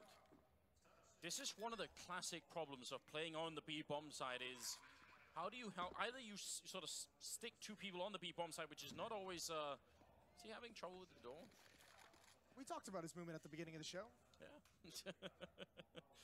But yeah, I mean, once you go to once you're a B player, if there's only one on there, once he's in trouble and the smoke is up on the high ground, it's up in B main. If you try and run through, you could just throw the whole round away. Yeah. But if you don't, then you're leaving your teammate alone. It's not an easy decision to make. Yeah, and I mean, that's why a lot of times you see like a player in vents, like you put some players in checker more than just one. Yes. I actually thought Snacks was going to get one of the early kills there, just because how confident he seemed. I mean, he had Taka, right? He knew that lineup. He knew a player was likely there, and I mean, he just went for the, I guess it would be called a quick scope, and the bullet just went a little sideways, didn't it? unfortunate, but great round for SK here. Very confident, and that B execute looked very good. The Molotov is just absolutely everywhere. And a lot of times you'll see, especially if it's a, maybe not always with an AWP, but especially if it's a rifler in that bomb site, they'll have that smoke to extinguish that Molotov, and then you can jump up on the you can be more mobile. But Snacks, remember, had uses with that design smoke and checker, so he had nothing. He had to just sit in that corner and wait for the fire to subside, and because of that, he couldn't help any of his teammates. I mean, Neo had a couple of the players frozen in Team A, and it's just Snacks could do nothing to help him out. I don't know how you feel about this, but I definitely think you can get away on this map with just having 5 rounds on the CT side. I don't think it's great or anything, but I think I've just seen so many comebacks from 10-5 now that I need more convincing, you know? Yeah, well, I mean, and also if you look at SK, this isn't exactly one of the maps they're known for being dominant on. They've certainly had some stretches where they've been playing pretty well on it, but I think the scary part is when you have a map like this and you have an AWPer like Fallen and someone like Fur who's having a very good game, you can be so aggressive and so successful with aggression on the CT side. And especially an AWPer like Fallen can take those peaks whenever he wants, and especially Fur. If he's feeling it, you know he's spread out all across, trying to make sure that nobody's going to be sneaking in anywhere.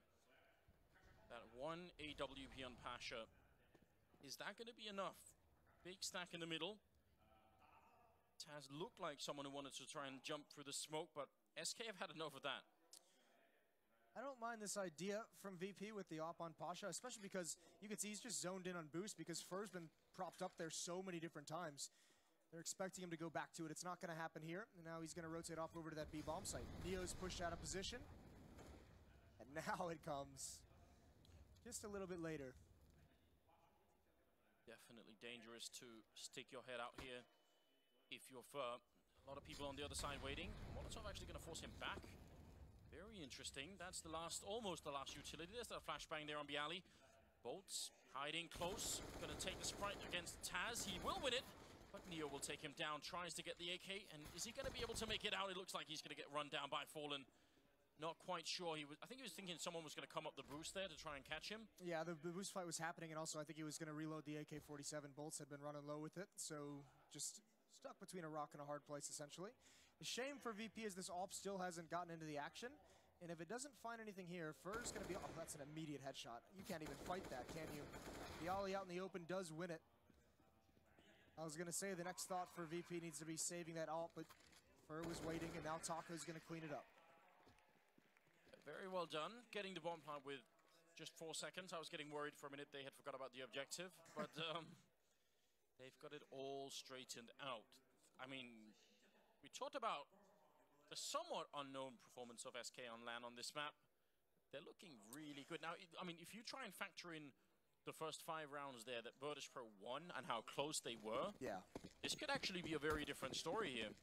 Yeah, this could be just a beatdown for SK if any of those rounds had gone their way. But regardless, VP adding 1 to 2 more. That's all they need at the end of this half, even if it's just to break up the streak.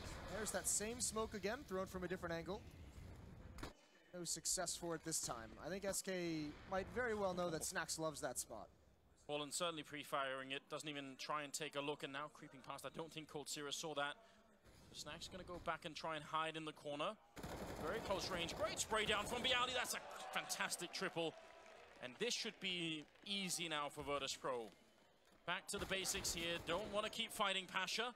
Gives a kill to Cold Sierra. This is how grand finals are lost. If you keep fighting now, that is unforgivable. Yeah, well, yeah, fair play. Pasha had the angle, didn't he? Just couldn't find the shot. And there's the jump over from Cold Sierra, trying to do something special. And a couple missed shots from Neo gave him the opportunity, but Bialy's triple is going to hold strong and win VP the round. They finally get back on the board. They definitely weren't ready for that. He was also sort of at a weird, he was just in the middle of everything. It's a very weird angle, isn't it? Yeah. Because he was in main, then probably they would have checked it eventually, or if he was obviously, they were looking for the other side, but they just... I wonder if they thought they heard something. Someone made a call that someone was there, but they were just really committed to clearing out that one corner. Taz and Pasha right now having a rough game here on the CT side, but they do pick up a round here for VP. I think that's very important. One more, and I would definitely say that's a big success for them. Again, Bialy very aggressive over on the A side. They're in main for hoping for an opening with the AWP. Gotta be very careful, and he gets blown up. Great headshot for Snacks. Well, Bialy's been a monster, and if he can find another one here, the bomb is right outside this stairwell. Molotov to clear out vents, but that's a lot of pressure for a mid-control that's not coming, and there's coldzera in immediate response. Felt Bialy had the jump on him, but the equalizer goes out for SK. They definitely know that Snacks is going to be here so frequently. Question is if they could really do anything about it. Right now they're at least keeping him in lock there, but if they go A, it could just be a retake for Virtus.pro. They don't really have anyone on the side except now that Taz is starting to sneak in there. There's a couple of players on highway as well. 45 seconds, and Neo slowly climbing the ladder to get into position. The bomb, where is that going to go? It's just hovering around the middle.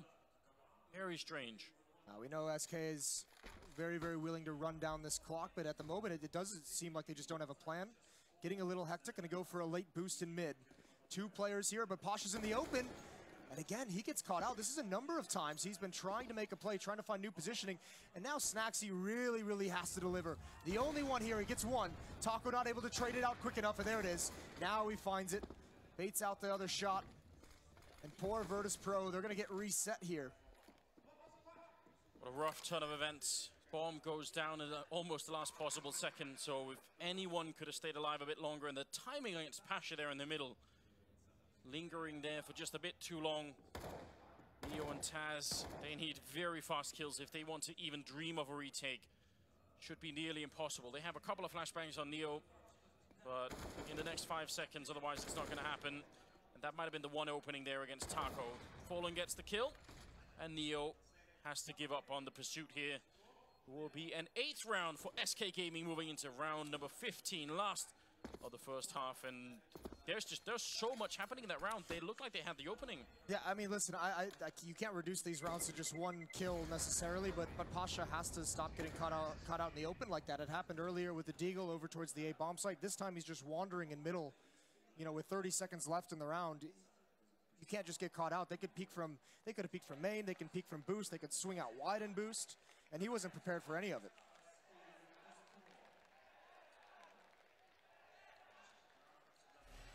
Very unfortunate for Virtus.pro having to play the final round here with that loss on their back. It's going to be minimal what they can buy. C said there, UMP as well. Fallen just running right into the middle. Realizes there's no smoke. Bolts though. Tries to transfer the spray, not going to be able to. Instead, he goes down. Bialy next in line, taken out by Fur. So 4 versus 3.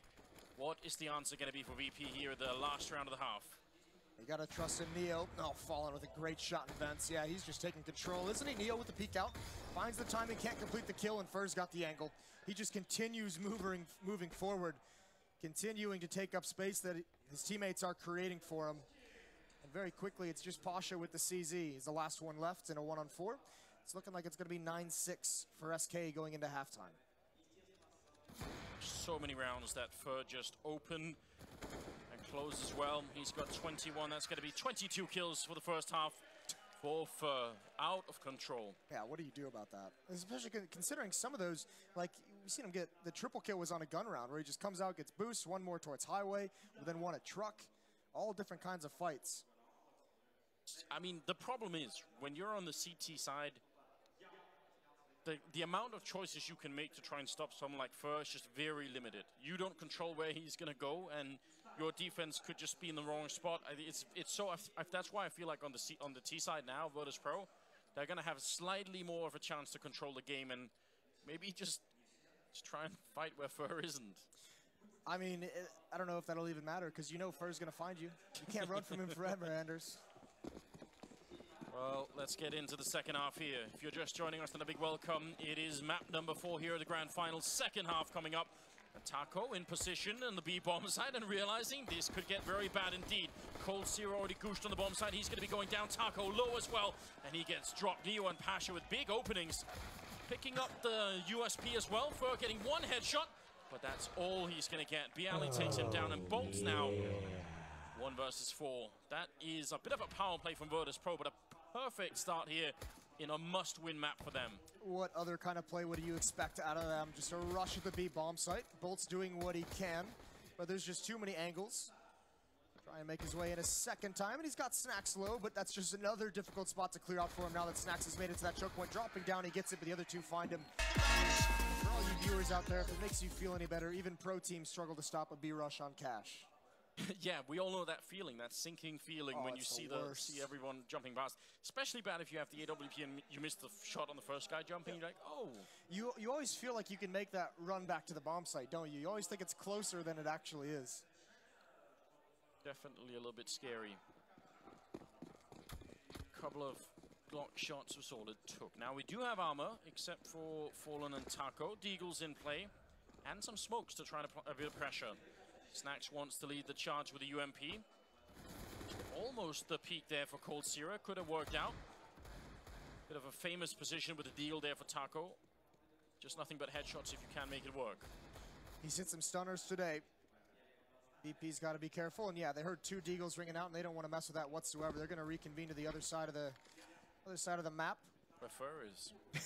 Yes. Gotta be careful. Where Fur is, and he's got a CZ. Bialy is going to take an angle. I think Bolts might have spotted that, but realized he was holding it, waiting for that peek.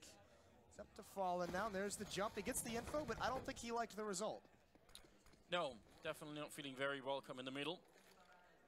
Long range for Bolts trying to control that highway. Feels like Virtus Pro want to reconvene on the B-bomb site, where now there is a bit of a push-up from Taco. He's close with the Deagle. So not an easy spot to play. This is one of those one-and-done kind of situations. If you don't get the immediate headshots, then you're not going to be alive for very long. Neo sneaking close.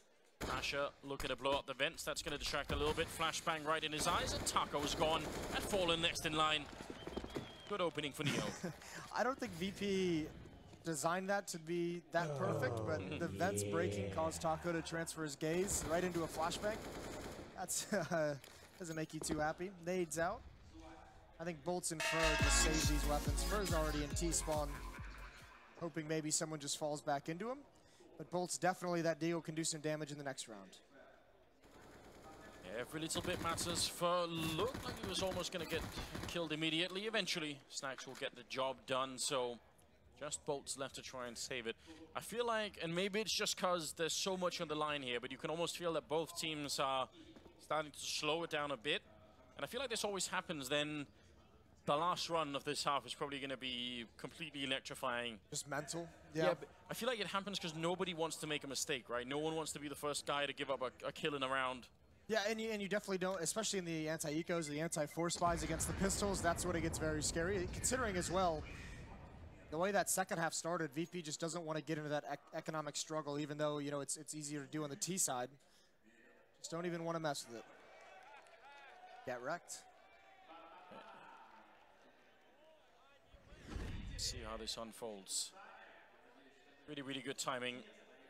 Avoiding any kind of Deagle madness out of the SK team.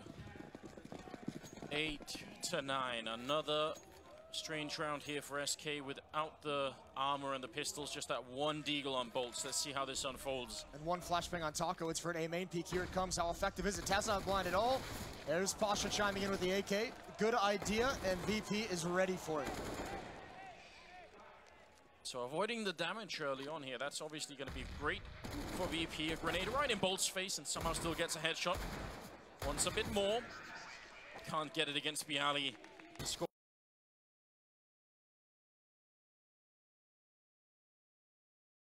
Scoreline tied up, 9-9.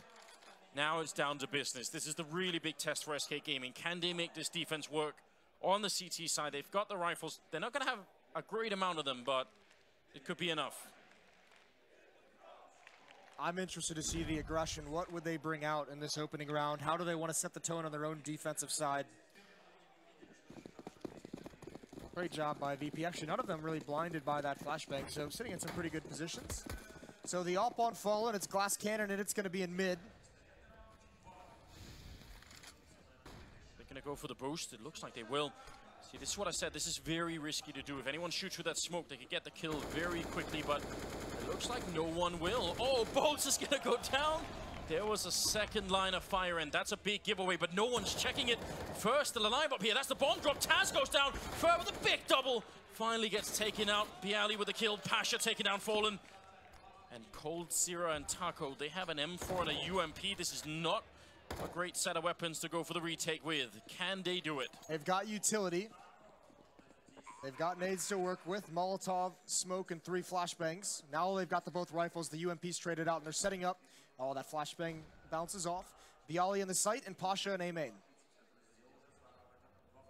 Smoke and the Molotov could be absolutely pivotal, but Bialy getting one more headshot in. coldzera last alone. In a 1 versus 2, he goes for the spray, but Pasha will take him down. Great triple in the round here for Pasha, who's had a rough game on this map. That's Virtus Pro taking the lead again after a very, very long time. They're back to 10. Listen, and as well, VP has won both pistol rounds, obviously, and strong starts to both halves. 5-0 in the first half.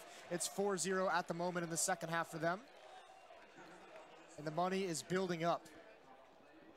Fur was almost the nemesis in that boost. The flashbang came out just as Taz was looking up there, and Fallen gets caught out in the open. That was deadly stuff. And now a scout in Fallen's hands. Deagle's still on board. But really, VP has done a great job on their terror side of not taking damage in these rounds, and Taco's got to fall back, but Snacks isn't going to let that happen. The MAC-10 rings true. coldzera on the ground. Taz turns the corner. He falls as well. They need to trade this. It's buying time. Bolts is here with the Deagle, but he gets dropped immediately. It's that moment of hesitation when you see that it's coldzera on the other side of the wall that makes you wonder what a headshot from Fallen. Catching Neo looking the wrong way. Oh my god. Don't do it. Don't let him have the 1 versus 1. He's going to get shut down from Bialy. So incredibly frightening. I thought that was going to be a headshot on Pasha. I thought that was going to be a one-on-one. I thought it was going to be one on Bialy before that. These Brazilian players, they're just off the chart right now. You can sense that any mistake that you make, I mean, even this from coldzera, if just one more person dies here, if he's got another chance, then who knows? Double up back in the hands of SK Gaming. Let's see what they can bring us. 11-9 the scoreline. We are nearing the end of this second half here on the 4th map, and SK probably do not want to play a 5th.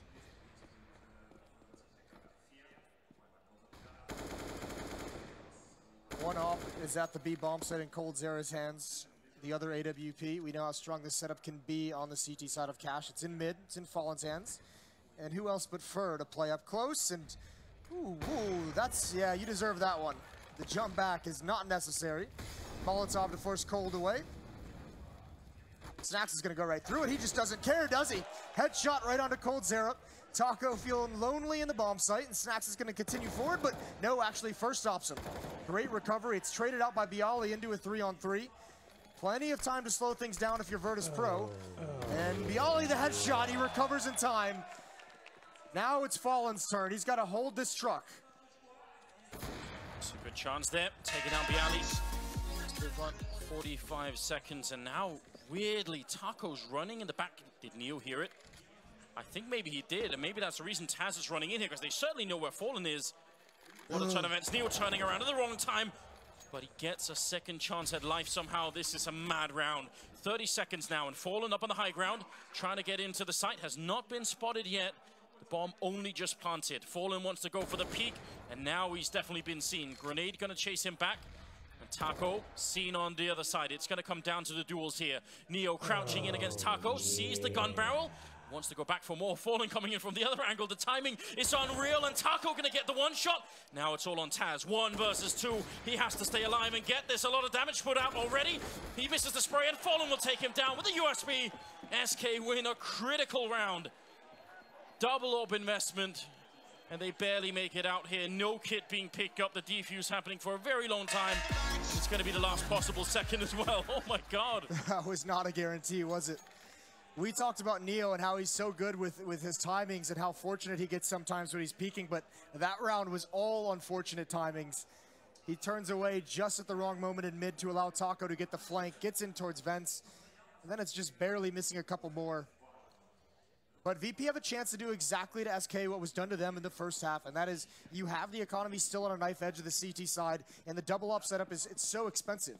And you can see SK buying into it, salvaging at least one of the AWPs, but still they can punish this. That's so aggressive. Smoking up main, pushing in behind. It's very common for people to check this, but you do have the high ground advantage looking over the smoke there, and you could see it. Pasha so ready for it. What a read. As coldzera also went down to Fur. 5 versus 3, and this is an absolute catastrophe for SK Gaming. If they lose this round, the economic impact is going to be massive. At this point, it almost feels like, I don't know how SK would want to do it, but you almost want to get the AWPs at each of the bomb sites. Just give yourself a chance. At least gamble stack. The trouble is there's just so much time left in the round. Holland's going to get neutralized. He goes for the jump over. Has he spotted anything just yet? I think he kind of will, but he doesn't reveal his position. Bolts with the UMP has a lot of work to do at this A bomb site, especially if they wrap.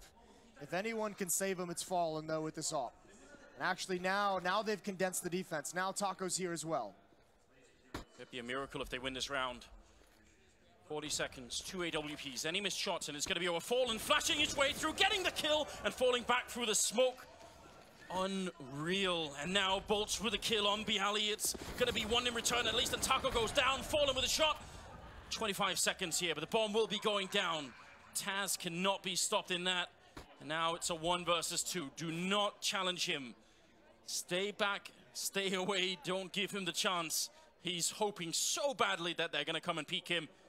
But without any utility, to get on and defuse that bomb is going to be near impossible. And he's so patient. Nothing being given here by Virtus Pro. When you see Fallen do something like that, it's hard to even explain, isn't it? He's going to have to fall back. He had to rely on VP giving him that chance. 12 rounds for Virtus Pro. My God, Moses. Oh, that was so intense. The fact they almost bring that back. The way he just flashes through the smoke, gets 1 kill and falls away, it's incredible. I don't know how many other people could have actually survived in that scenario. Bialy leading the way for VP, 23 and 15. Not for anything, but he also had a bunch of money in the bank. Fur, on the other hand, still on a tear, leading the entire server, 26 and 18 for him. That's the reset. And even though they're going to invest in this round behind the AWP, they don't have a lot to work with, and they certainly don't have anything to fall back on. This is a great chance for VP to grab control of this match in a big, big way. Pushing us closer to the final and 5th map. They're trying. Flashbang right in coldzera's eyes. Nothing that he could do, and they almost take down Taco. Hiding with the Deagle. Fireworks all around him. Not an easy position to be in. A lot of players for VP here, and Snacks is just waiting for Fur. Taco, this is going to be a tough time for him. Molotov, and actually they're going to boost right into it. Snacks hopping in there to watch the flank. Bialy's still over at the A bomb site as the Virtus Pro chants ring out from the crowd. They love what they're seeing so far. Patience out of VP as they have a big advantage. And that nade, it's going to be a team nade. Fur didn't get the memo. Taco trying to make a play. Or maybe Fur thought it was the flashbang. That would be actually hilarious. Falling in the airstrike a bit too soon. Danger close, broken arrow. Oh, man. I mean, he was probably dead anyway, to be honest. But still, Fur reflecting on the horror of what he just did, gets shot in the back. Obviously traumatized for life, as Fallen is now alone and trying to make his escape with an incredibly valuable AWP. Listen, we need to make a mental note to ask Fur if he thought that was the flashbang. Oh, man. Oh, Pasha. He's got it figured out. One chance for Fallen to survive. This AWP is incredibly important. They're all coming for him. Yeah, he's calling it the cavalry. Got him. Flashes are in. Knife is out. No! Oh, my God. Oh, Fallen is still going to go down. Pasha wanting a piece of Fallen, literally. They had like 3 people with knives out in that round. They really, really wanted it. Psychological warfare on top of everything else. Why not? Get into their minds and get on that 5th map. Cobblestone as the deciding game. We are very close. Tactical timeout, the first here on Cash being drawn for SK Gaming. This is turning into a historic grand final. Yeah, it absolutely is. This has been insane the whole way.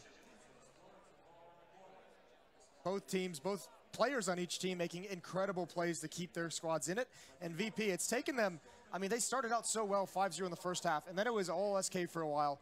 Finally, VP has wrestled control away from them once again on this T side. Neither team able to really keep any kind of consistent defense going. Remember, it was 9-6 at half. SK's only had one round. And once again, they have not had the economy to really do much. It's so rough to watch it happen again and again, but Asher wanting to take the fight. They will have done the math, Virtus Pro. They know that there's not much going on. That's a very cool flick coming out. Asher looks dialed in all of a sudden. Fur getting the headshot, but he's isolated, and there's going to be a grenade to follow up soon. He actually gets a strafing headshot as well. Again, without the armor, they are going to fall. Just fallen. And the question for SK that they probably talked about during that timeout, during that pause, was do we buy in the next round? This is, I mean, they invested in, this is a pretty harsh reset. I don't know what they're going to be able to buy if they actually want to fight for this. They might just have to give it up and play for overtime. And these are the tough questions that there's usually not a great answer to, and especially not in map 4 of a grand final. No, I mean, I'm not even sure you could make an objective answer, right? You almost have to, you have to be in the team and get like a sense for the atmosphere. You know, what are people feeling? Do they have the spirit to come back, or what's going to happen here? They've gone for the M4s. Yeah, they've got more money than I expected them to. This is, I mean, definitely the right decision to buy with this kind of arsenal you're bringing to the table. No defuse kit though. Do want to point that out. Grenade comes through, aggression comes out. Taz, he can't see a thing, but Pasha somehow covering him. If Fur goes down, the one kill you want every single round. I have no idea how Taz is still alive. He should have been sprayed down almost immediately. That was so cool from SK, the way they disguised that flashbang coming in with the nade and just going for it, disguising sound as well. And Taz probably resigned himself to death. Yes. And now you could see a small bit of desperation for SK stacking over to the B bomb site. They're going to bust it up now, bring Taco back to A. That's likely because Fallen's HP at 15. Tough area to battle with low HP. But they almost have to take a risk now. They've done it as well. Stacking 3 men on this side. Let's see what Virtus Pro can do. The grenades raining in. Close to the forklift is Taco. He needs a strong opening. He's going to get drop bolts with 2 in return. There is a soft player as well. He could pick up Taz if he's quick about it, but Neo will take him down, and now they're on the bomb side. 40 seconds left, and Fallen, he goes down right through the smoke. And Cold Sierra, is he really going to try it? A stunning headshot, electrifying, taking down Neo. And now he's up on the E-box. He wants to look over the smoke. He needs one more kill to really try this. And they're not showing themselves just yet. Again, no defuse kit. He has to be quick, jumping up, getting shot in the feet. Taz takes him down. It's map point now. Virtus Pro at the edge of bringing this grand finals all the way home. You really felt like Cold Zera could do that. A disgusting shot on Neo. Very, very quick reactions, but that is a very, very nice execute. The immediate kill on the forklift player was huge. And that was so dangerous, though. I forget who it was from SK, sprayed down 2 players. And then you could see Taz with low HP, like wanted to take the fight, but realized he couldn't. It was Snacks who had to initiate from the door. Yeah, all the time so close. Quick trade early on. Scout versus AWP. And Pasha goes down. Snacks, though, picked up a kill. He's getting smoked off for a moment here. Weaponry heavily favoring Virtus Pro here in what could be the final round. SK fighting for overtime, which we've been here before, and it worked out before. This time it seems even more unlikely. Fallen gonna get a body shot in on Neo, who can't even chase him down. Fallen so quick with the movement. And now, are they gonna go for the counter boost? They're stuck on top of each other. They'll just make it out. Not sure about Fallen. He still takes down Neo. Oh my God, SK, they should not be getting this close. He gets one more tag in, and Cold getting the spray, following it up. The MP9 defeating the AK-47s. It's all on Snacks. 1-on-2. Surely not. He's got a player in vents immediately behind him as well. He's got 50 seconds, and he decides to just give it up. reposition himself with an AK-47. He's got plenty of time, and Fur hears all of this. Calmly directing his teammate over to the A bomb site. Snacks, I think, is just trying to beat the rotation, doesn't care about the noise. And now he's got to fight his way in. He's found Fur, but now he's found his opponent. It's the wrong way at the wrong time. 11th for SK. I mean, good attempt from Snacks. What can you do? But the fact that Fur could hear him running, and if you're brand new to the game and you're wondering, why is he sort of tracing him through the wall? Obviously, he can't see the outline. Yeah. It's to get a sense for the directional audio. He wants to know if he's moving left or right, essentially, and it's so much easier if you're pointing at the source. By the way, the hidden gem of that round, maybe not even that hidden, Fallen, that is My God. God-tier performance. Like, quick thinking, he's boosting coldzera into the vents, and he all of a sudden realizes that VP's actually pushing the envelope, and you have to decide in a split second what you do. Do you continue the boost? Do you risk it? Do you fight? Do you fall back? He even gets a kill on top of it, but then he baits VP into that B hit right into coldzera's crosshairs. Yeah, he got 2 kills that round and a tag on Taz, right? So with just, and yeah, Neo he tagged earlier on as well. So he just so much damage put out with 1 scout.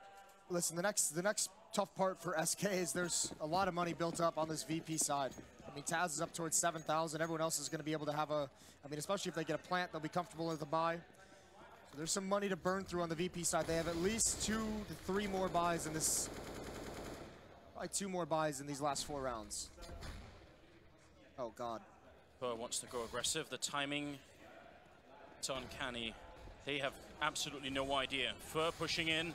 He's seen Neo already. Gonna try and take the kill and just run up behind him. Neo, can he communicate it quick enough? No! Fur gets 1 more kill, goes for the long distance spray. It gets taken out by Snacks, who follows up with a kill on Fallen. Bolts still hiding in the corner. He's gonna get 1 on Bialy.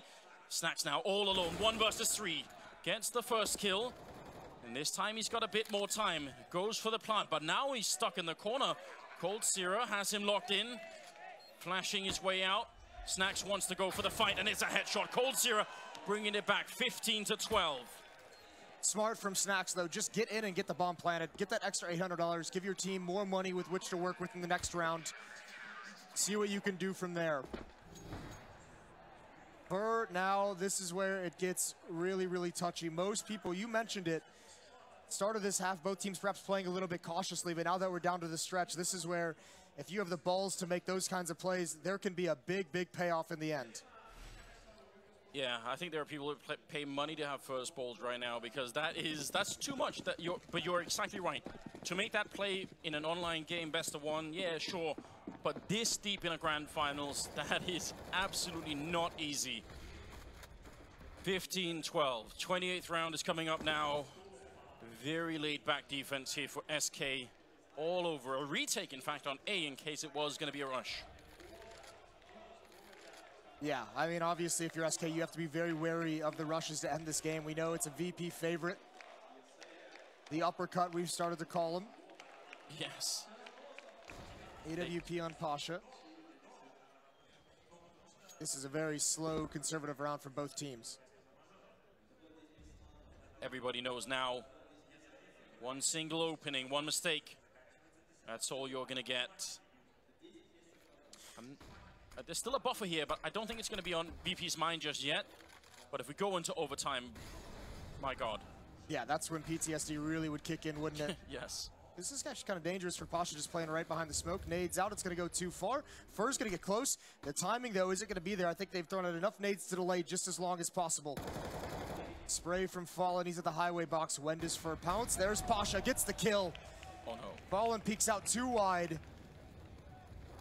And Fur needed that backup. Now he's alone, he sees the shadow, and he's going to go down to Bialy. Check in the corner, 5 versus 3, another 3 kills. And map number 5 will be coming up. They're going to go towards B, though, and there's 2 players here for SK. Are they going to clear out this back box? It's coldzera, the exact wrong player you want in this spot.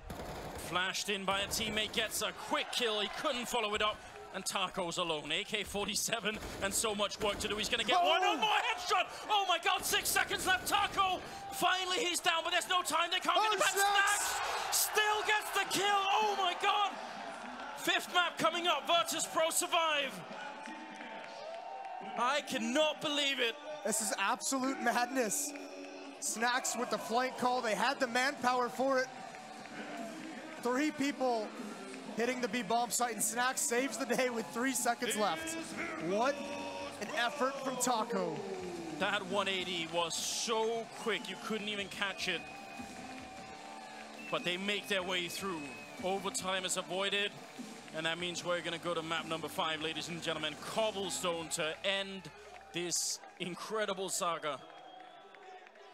Taz and Neo having an intense conversation as they leave the booths. One last map. How does it get better than this? Well, we're going to have to find out on Cobblestone, I think. That could be a very interesting... We haven't seen much Cobblestone in this tournament at all, so this is going to get really interesting. I can't believe what we just witnessed. This has turned into a marathon game, and, I mean, it's just going to get absolutely wild. I look forward to the breakdown. Yeah. I know the analysts will too. We'll be right back after a break.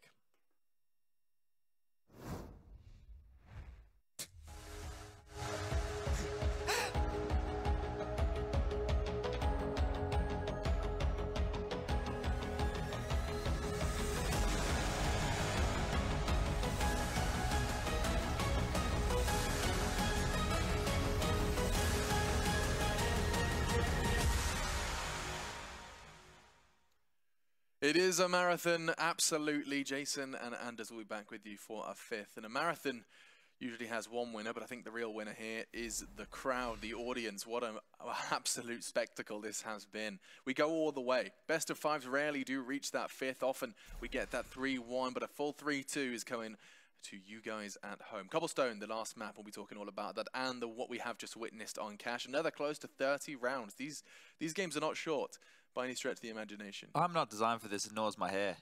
It's losing control. You're on the struggle bus. Try and keep it tidy for the viewers at home. I appreciate that. Just When did you ever try to keep it tidy? look at this. Look what's going on here. It's out of control. No, I don't know when I tried to keep it tidy, but I thought that was all over. Red Rover, after they weren't able to convert that 5v2 eco almost victory they had in that first half, it felt like the train had left the station and the plow was out of, I was going to say batteries, but I'm pretty sure it uses diesel fuel.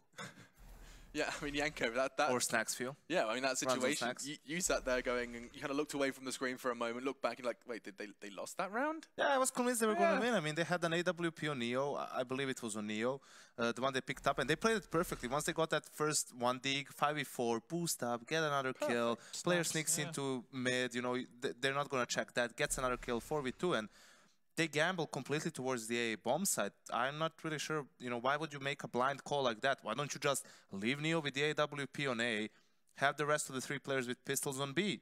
If they come A, Neo surely gets at least 1 kill, and even if you trade 1 for 1, you have a 3v1. You know, that's very difficult to lose. If they come B, well, you have 3 players there, surely you can establish some solid crossfires, at least to make it, you probably win the round. I mean, if they come B and you have 3 people stacked. So a questionable decision right there from VP, and you felt like after that the game slipped away, because with that they get an eco win and a reset. That's a huge economy swing. They probably get 10 rounds at least in that half, but you know, this is maybe an even better for VP, an even better way for VP to win the game. Yeah. On the T side, it was a vintage plow performance. A vintage plow. It was. Virtus Pro are putting up a fight that we never saw coming. Yes, I mean, we were already crediting them for the grand final, but now we're, you know, they are putting up a performance over the course of 4, now 5 maps. Like this is consistency that is just almost not unheard of, but for the last part of the year. Yeah, definitely. If you didn't watch the rest of the week and you tuned in, you went, oh, VP in the grand final versus SK. This is a bit quick one.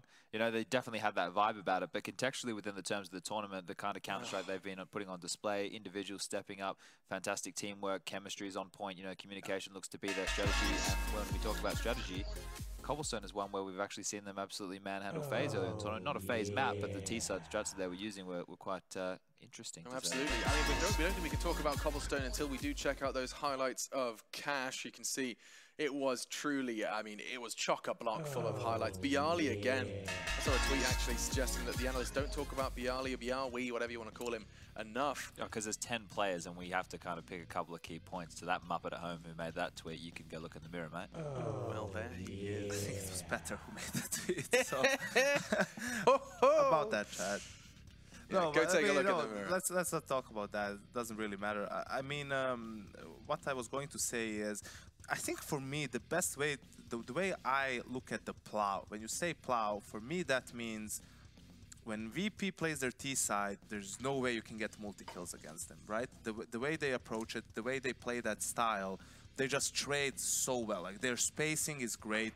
Obviously, the use of utility is good as well. and they just like overwhelm you, and it's impossible for a player, you know, towards that A bomb side, whether it's, you know, Fallen or the AWP or anyone, to get more than one, maximum 2 kills, and they always overwhelm the bomb side. Always, you know, when you look at the second half, every time they put the bomb down, it's either a 3v4, 3v1, 4v3, you know, it's never like them at a disadvantageous position, and that's something that, you know, maybe sounds easier than it is to actually properly execute. There's another chaotic end to the game. Just that Dude, last round once again. What was that? Yeah, I wish we could see it from multiple different POVs, but you know, in the end, I just think Taco was almost the hero, but then it just wasn't to be, was it? Oh, it was the hero should have play. maybe done a bit more from Czech, as you thought when that flash came in. Normally he'd grab that second, and it was probably all over there. But I think, you know, obviously Fur has to be mentioned as man of the match for SK, at least, with that amazing first half, getting a lot of work done. Actually, for that last round, I think you have to. Biawi, there he is. Give him a shout out here, because he had the presence of mind to realize that the time was very, very low. So he pushed CT actually in a 2v2 situation. You know, it's like, why would you ever do that? But in this particular situation, it was the perfect play, because he secured that last kill. His teammate who was in the site did not have enough time to plant the bomb, so that was the only way they win that round. And you know, it was a risky play, obviously, but it was all or nothing, and Biawi got everything. Yeah, you can see Fallen definitely leading the charts on the AWP there on Cash. Didn't get to see too much from Mr. Biceps, but he'll maybe show up on towards Cobblestone. That is where we'll be going to next. It's going to be an intriguing one, a map that we've seen. VP, that was probably where the comfort lied most, even in the darkest of times for the Poles. Cobblestone did prevail. Another thing that I believe is important to mention here is the fact SK did not play Cobblestone in this tournament, right? And when you're playing with a player who is, you know, never mind, stand-in, new player, however you want to put it, it obviously helps to play the maps you already played in the same tournament, because at least you got something's figured out. For Cobblestone, it has to start with where do you play.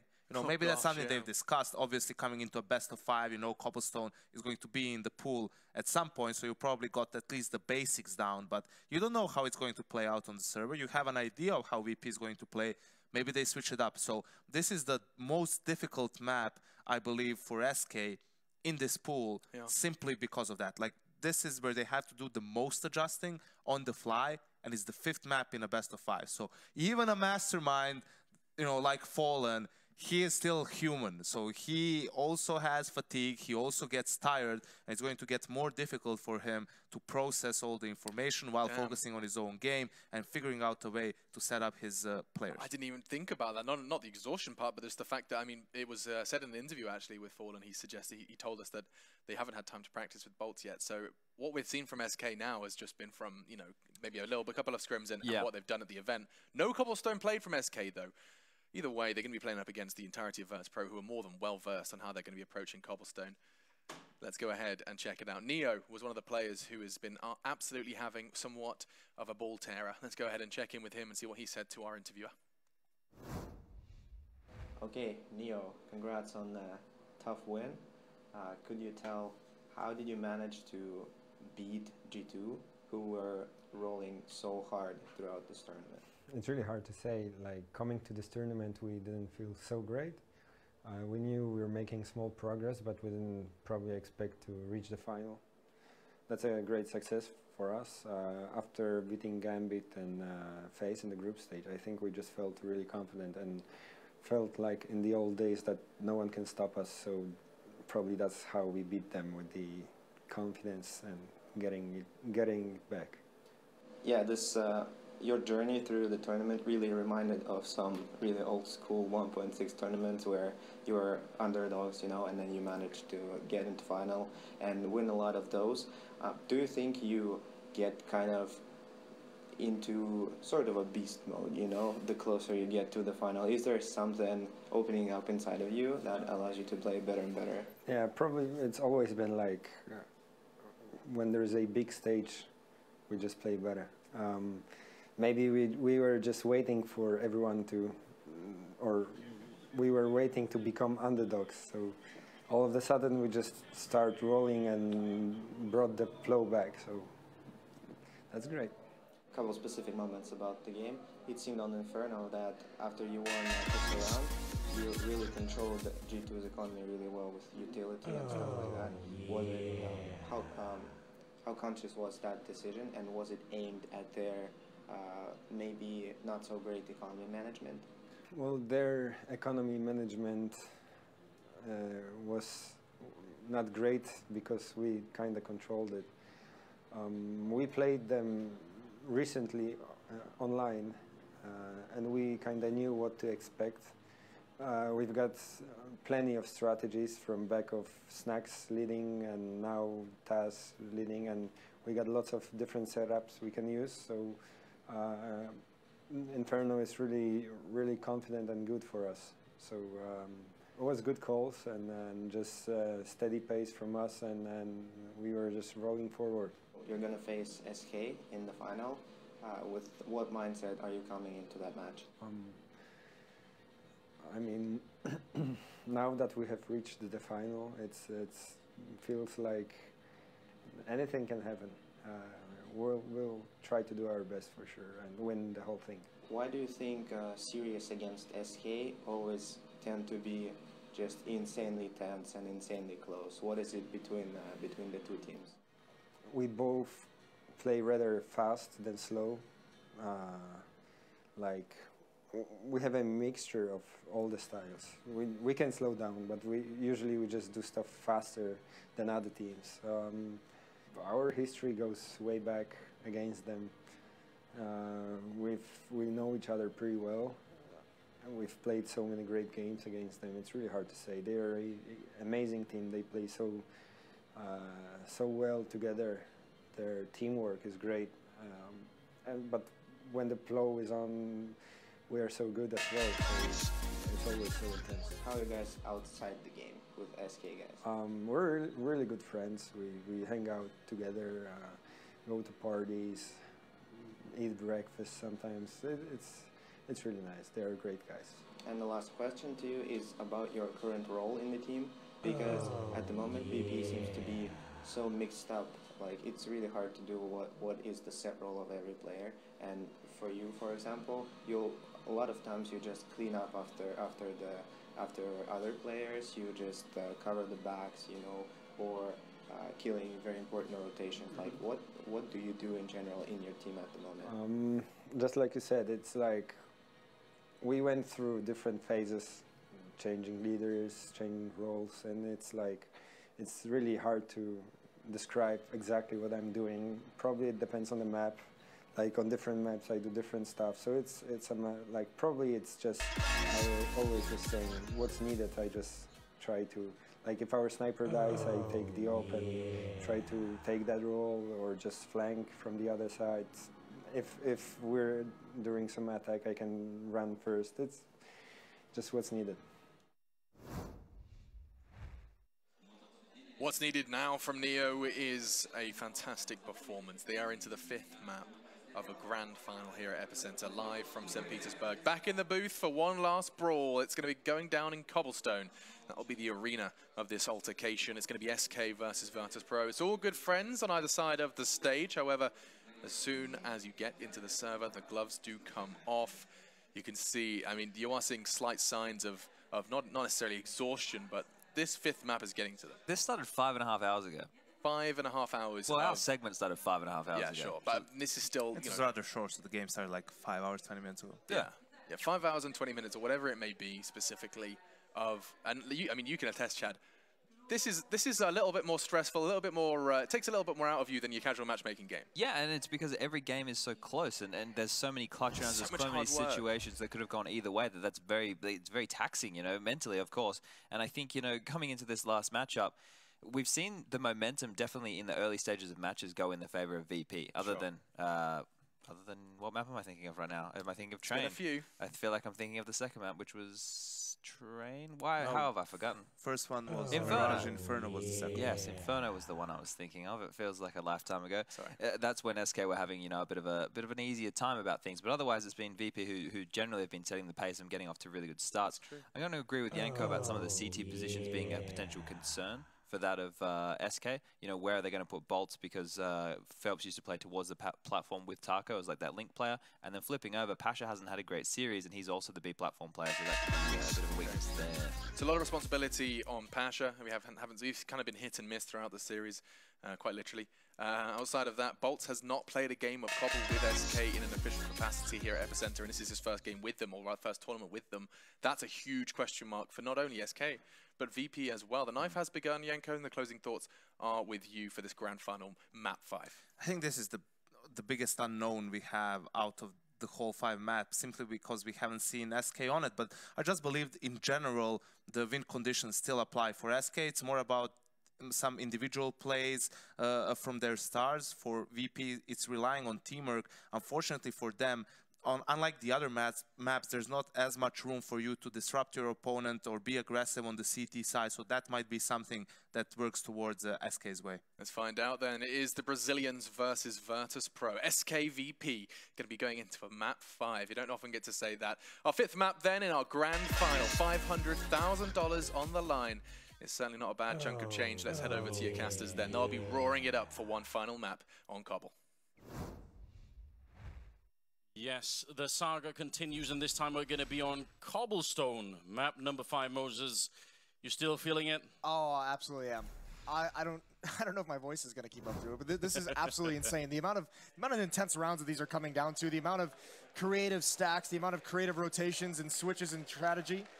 You can see there the crowd is fired up for Virtus.pro. They have put on an incredible show at Epicenter, coming out of nowhere and even bouncing back after a tough overtime loss. An incredible comeback from SK on Train, taking cash, and now into the pistol round and the final map. Here it comes. Virtus.pro and SK Gaming, best of 5, and we're on the final map here. It's Cobblestone with VP starting on the CT side, and SK Gaming on the T side, and Taco in a lot of trouble here. Alone, there's no one there with him, and he's gonna go down. Pasha very aggressive, and Snacks, one headshot here could do wonders. He's forced back a little bit, and Fur wants to try and see if he can maybe chase him down. Bolts is there as well. Snacks in the corner, and that's a great double kill in return. That's actually huge. Snacks just couldn't get away, couldn't feel comfortable. Taz has to hold the line, has to hold the bomb site, and he can't land that shot, and they all fall down. Aggressive pistol round from SK, and they've got it. 1-0.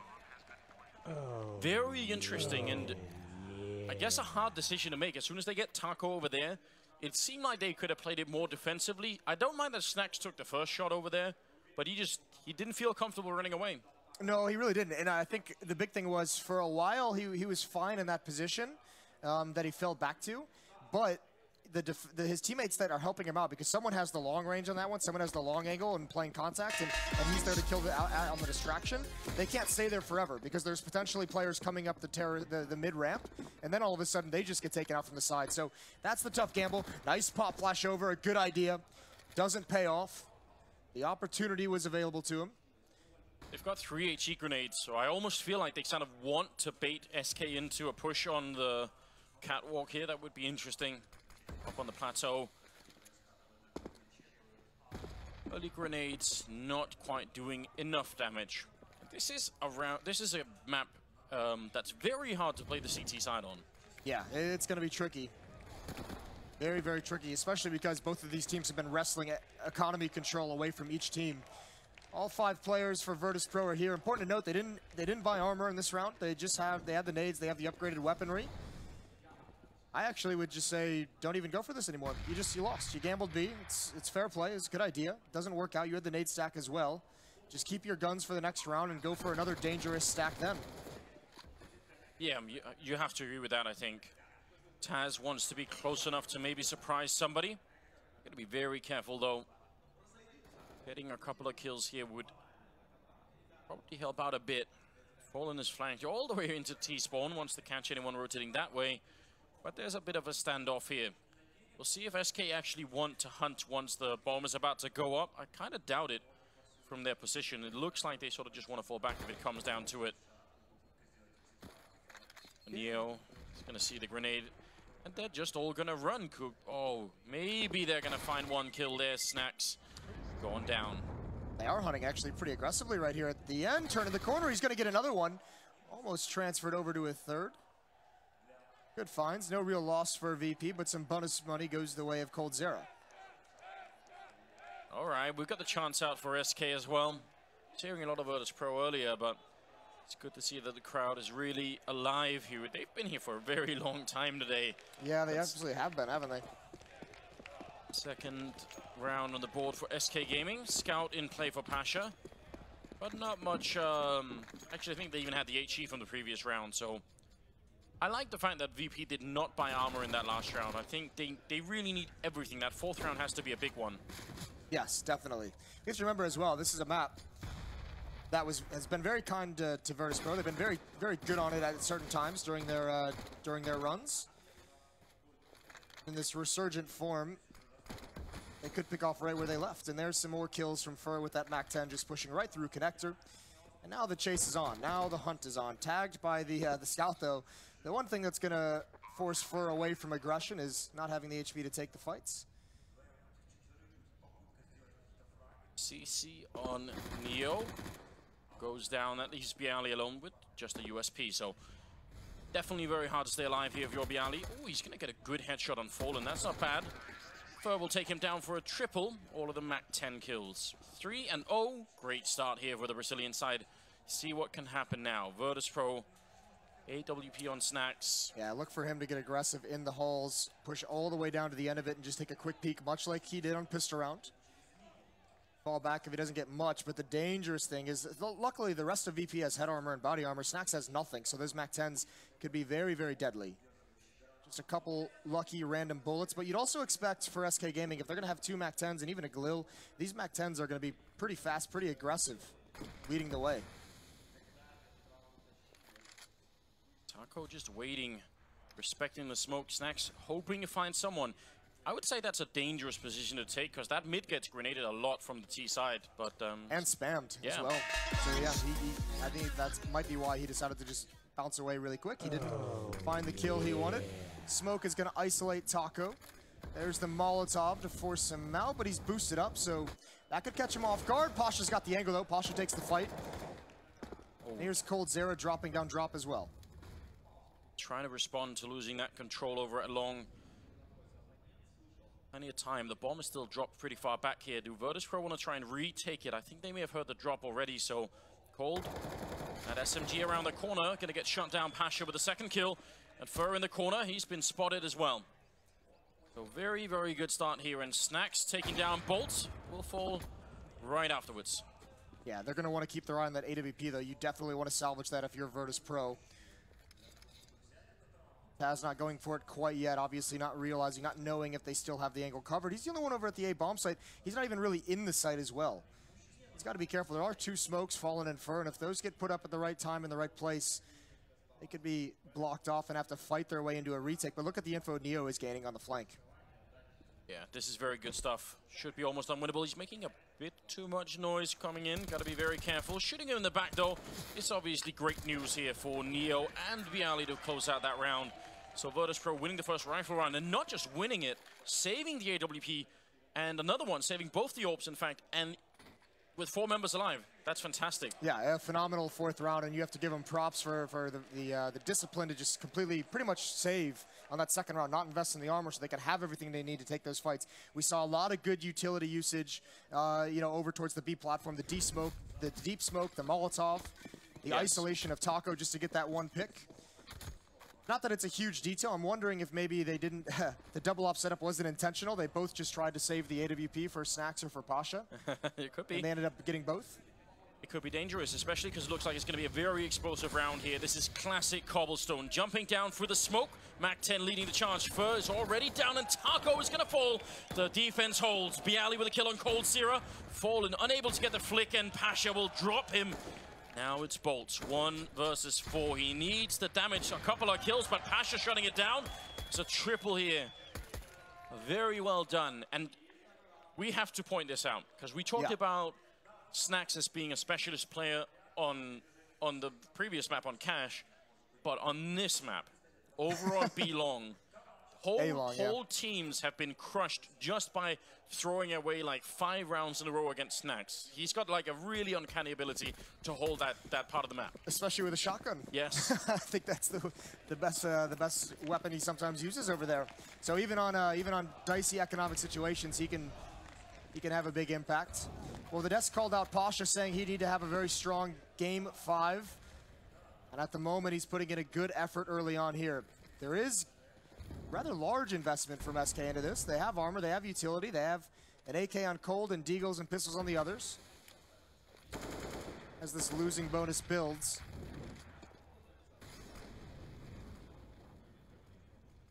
Early battle for the control of the drop here. So difficult to hold if you're on the CT side. If one mistake and you're gonna fall. And the really big problem with that is that loses the B bomb site almost immediately. Now, looks like they want to take control of A long instead. But look at where VP are. They're very far back on the site. This could definitely work out. They do have the weapon advantage, so... Yeah, Snacks is peering deep into mid. From the top of the building, Taz is spotting over towards those A halls, so they'll have plenty of time to call out. The trouble is, VP had 2 players in drop. That's a pretty quick rotation. Now that they're more committed to the B bomb site, it's going to take much longer. Taz and Snacks have to hold off as long as possible. Flashbangs coming out, slowing SK just a little bit. Now they're up the ramp. There's Bialy with 1. The Molotov is going to do some damage. The Deagle's going to finish off Snacks. And Cold is trying to do everything he can. Don't underestimate him. He's going to get 1 more kill. Taking down Taz, and he's finally going to get zoned out. Pasha coming in with a big kill there. And Bolts, the problem here is there's only 15 seconds. The bomb has to be picked up right now. And he's going to get zoned out by Neo, who was on a very long rotation. So very close. Cold Zero almost bringing that round back to a win. But it will be Virtus Pro picking it up. And considering that they're on the CT side, I would say this is a fantastic start for them. Yeah, it's great. And actually, I mean, it's been 2 rounds now that Neo has had those big flanks early on in the first 3 buy rounds we've had in this first half. Wonder if SK is going to start catching on to that. Neo's got to be careful at how much he abuses that. But also, part of it comes in because they're doing such a good job of having information at B platform. Snacks again going to go for this peek in mid, waiting for a flashbang. Oh, and there it is. Right over the top of the smoke. Fallen goes down. Such a great peek coming out. With Pasha on the other side, definitely going to take something else for SK to start breaking some of these positions open. They really need to win some of those fights early on. Of course, this time they really don't have a lot. Scout being picked up again by Cold Zero, but this defense right now on the CT side is so much more proactive than we normally see. Yeah, there's a little bit of an offensive feel to it, isn't there? I love this out of Neo and Pasha, and again out of Neo. How Cold Zero hits a stunning shot with the Scout, takes out Pasha, but they can actually recover that up. So an element of danger now in. Neo close up, he hears the scope, he doesn't want to do anything. No, there's no reason to give them a big opening here. The bomb is even pretty far back for SK. I think they're just hoping to get a lot more damage done. Grenade, and a great follow-up from Neo with a quad kill here. 4 rounds in a row. And we got the kiss count. Oh. Denied. You hate to see that. You really don't like it at all. Listen, Moses, at least he's got someone to kiss, right? Sad laughter. SK looking a bit concerned. And they've taken their first tactical timeout. Now, in the previous maps, even when they were down like 10 rounds or something, they didn't really take the timeouts until much later. This time a little bit earlier. I was going to say that entire train during that comeback, they didn't take any. They were using their second timeout in overtime, which is just madness. So maybe a little bit rattled. I mean, it could just be as simple as saying, Fallen saying, all right, guys, listen, if this is a couple rounds now, we've seen them be aggressive on B platform, taking control and actually denying it from us. Like, they have to have a plan to push that back or to at least not get damaged by it. It could be as simple as just picking up the pace. Let's find out. It's about time SK made their way back and win some of these rifle rounds. That's definitely a must here on the T side. I would say you do kind of expect to get up to like 10-ish rounds, maybe more if you can. Flashbang in to try and get the angle. Pasha waiting for Neo here. Really good coordination between the two, and you can tell SK aren't feeling so comfortable. Maybe they're going to try and take drop instead. Yeah, they're saying if they're aggressive towards B platform, that means there's at least 2 players using utility and peeking. We can abuse drop, and this looks like it's going to be a split towards the A bomb site. The bomb is over there. It's actually just now starting to rotate back. Oh, Neo's in a really, really dangerous position. Yeah. Certainly this gets Molotov. There's 4 of them available on the Brazilian side. 3, excuse me. He has a smoke, but that only sort of saves him halfway. A little bit of a flashbang trying to bait someone in to take the peek. 50 seconds now, and SK making their way down drop. There's the smoke to come out. Foe with a great headshot to shut down Bialy Pasha. Getting one in return. They have to get this round. SK Gaming, leg shot comes through. Neo gets one, a great double kill. Pistols out, but he can't make it work. They've done so much damage already, Virtus Pro. And Snacks now showing up with the AWP. Taz on the side. It looks like SK want to boost up onto the box in the middle to get that high ground advantage. Snacks sees it coming, and now it's Unfallen. 1 versus 2. 25 seconds here. He's on the site. No bomb plant yet. And Taz is just baiting him out. Snacks is waiting on the other side. The clock is running down low. Fallen is going to go down. Taz with a really good kill. And Virtus Pro, that's such a big round to win. Yeah, heads-up matchup from Taz behind the rock. It's who's bluffing who, who's going to push up and be the aggressor. Does Taz think that Fallen is pushing towards him? How aggressively? What a great hold. Neo somehow, in that situation, gets 2 kills. That's a massive hold. Him and Pasha have been monstrous on that B platform. And this is the tough part. All of a sudden, if that portion of the map is shut down to the terrorist side, like that's one of the main positions to hit that site. That is the main position to hit that site. And if you can't do it, all of a sudden, what options do you have available to you? Not many. Maybe a change of pace is exactly what the doctor ordered. They're going to try and fall back. Taco will go down. A lot of pressure being applied, but Snacks has got free reign over on this side, and those are just some great shots. Taking down Bolts and Fallen both. Fur and Cold, they need something in this round.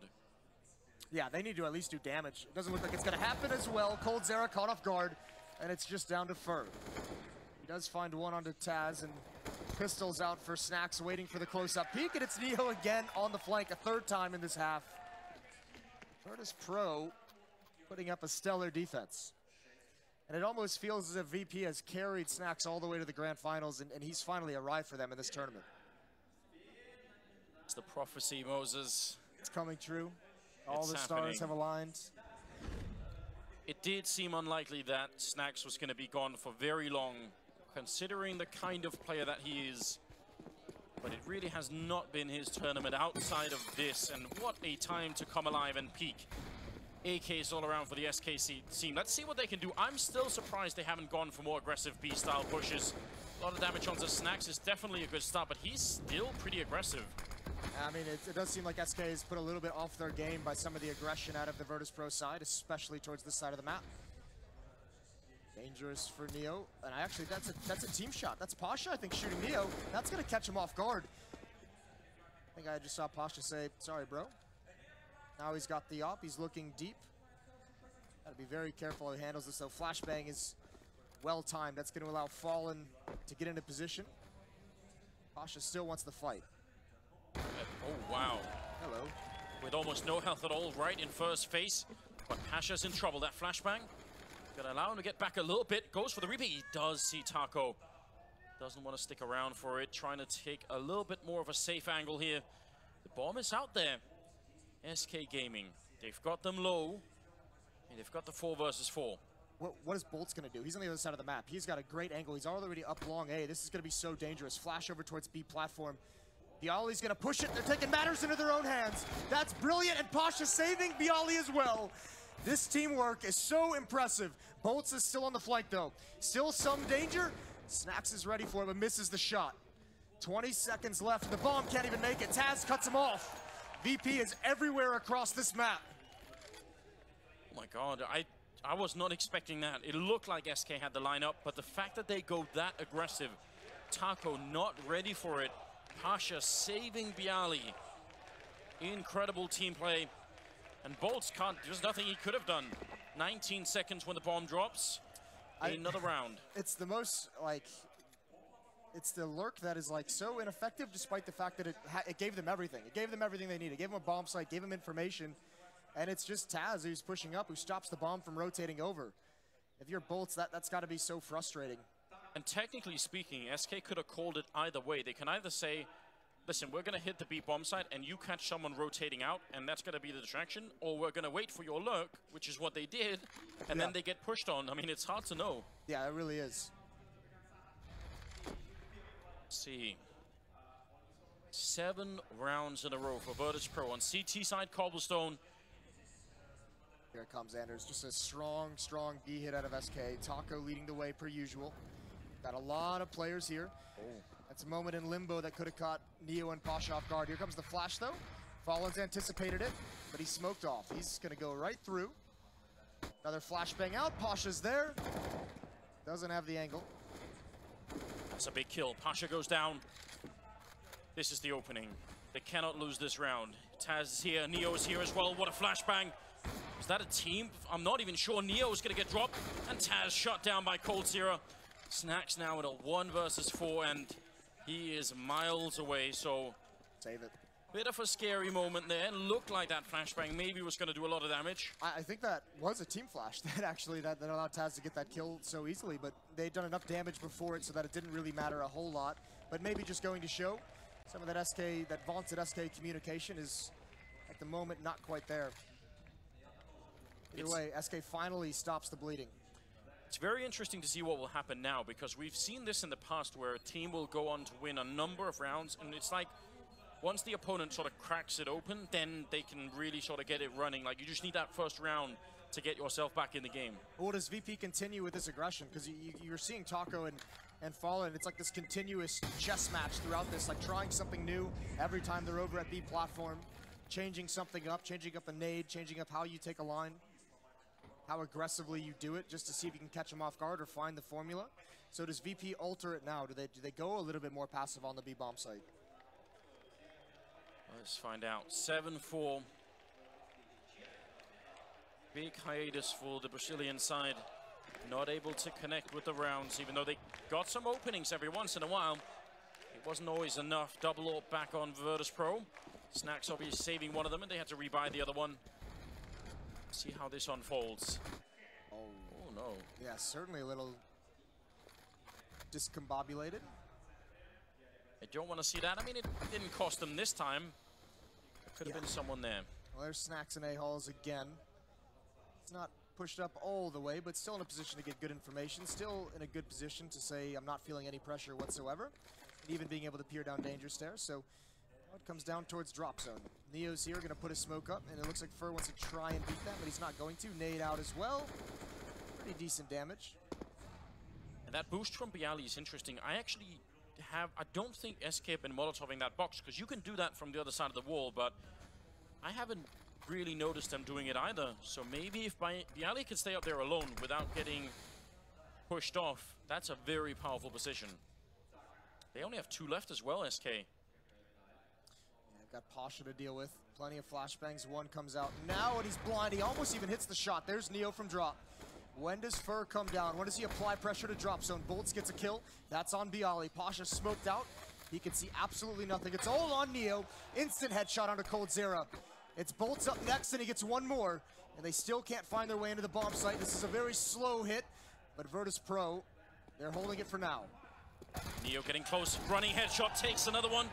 And almost drops Fallen. Fur, who's been lurking the whole round, has to come up big here. It's a 2-on-2. Fallen did finally take Pasha down, but there's only 10 seconds left. They need this round. They must win an SK. If they can't make this work, this whole first half is going to be washed away by Virtus Pro. And there's Neo coming through with a big kill, a quad in fact. As Virtus Pro win it, SK must know that was not a good turn of events. Taz said in his interview that it doesn't feel like the plow has arrived this tournament. Certainly, he's starting to get that impression now. 8-4. They are stuffing SK, whether it's with aggression, whether it's sitting back into the bomb site. It's only 1 gun round that SK has won. And look at the timing. When Fur comes out of drop is just when Neo goes back around the wall. I mean, that's not really, can't really credit Neo for that, but it's just the timing. It's almost unbelievable. Running into a grenade there, a little bit of damage onto Fallen, looking for a headshot. He actually does a lot of damage to Taz, who simply forced back. They wanted that kill. That's a smart decision by Taz, though. Don't stick around for that fight. You don't have the line, you don't have the angle. He even goes over to group up with Snacks immediately, just in case there was more pressure coming. Still Snacks being aggressive, and it looks like this time he's going to get some action. And very elusive over at long here. He's so hard to catch. They did it in the pistol round. He's going to come back with the AWP. Almost an overpeak there, but still takes down Fallen, who did not have an AWP on the other side. And he sticks around. He technically, you would say, by the book, he wouldn't have to. He could just wait for it, and he misses the shot on bolts. And that's why you sometimes warn against it. Can't chain a player like Snacks down, though. You don't mind those kinds of plays. Only one smoke for SK to cross into the site. One HE need left in their arsenal as well. They're going to have to fight their way in because VP is here, but Pasha gets caught with a nade in his hands, and that's 2 kills from Fur. Taz is the only one left. He's down to 48 HP. They haven't seen him yet, though, but Cold Zera's coming to the balcony, and Fur's going to check it anyways. Yeah. That's beautiful stuff. Yeah, double peaked, in fact, from low ground and the balcony. I think VP is going to be out of money, perhaps. I think they've been drawn down enough. I think they've been whittled away. But that would be an interesting change of pace. That would mean finally SK could get some breathing room here in the first half. They've definitely been suffocated quite a bit by Virtus.pro's defense. Neo will get the 1 kill. Saving the AWP is probably a very good idea considering that you only have 5 health left. I think he wants to stick around and try and get Fur as he dips away from the bomb site, but not happening quite yet. So, yeah, he's just going to fall all the way back now. Big save for Neo. Never know what kind of magic can happen. Even saying hi to the chicken. Yeah, bring it with him. Yeah. Always a good idea. Good guy, Neo. There's 2 kinds of players in this world, Anders. Some who would kill the chicken, some who would bring him with them. Which kind are you, Moses? I'd probably kill the chicken. See, I was expecting that. Yep, Pasha not expecting that aggression from Fur, and I mean, it's at this point it's just expected. Fur does so much for this team. The entries that he just provided, 3 kills, that's huge. That's the pistol round. Yes, 8-5, 14 coming up. Holy hell, wow. I didn't notice that whatsoever. 16 kills and just 5 deaths. The flanks that were coming in this time, they were a little bit too slow, but yeah, he's been doing a remarkable job here, the 5th map.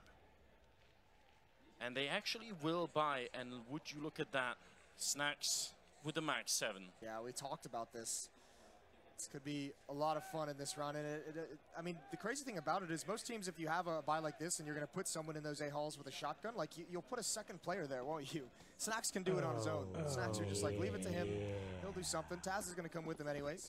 3 players over towards the B bomb site, but the real strength of this buy is that AWP. Neo's got an M4 still. They're lacking a lot of utility, though. And oh my god, you're getting aggressive with very little nades.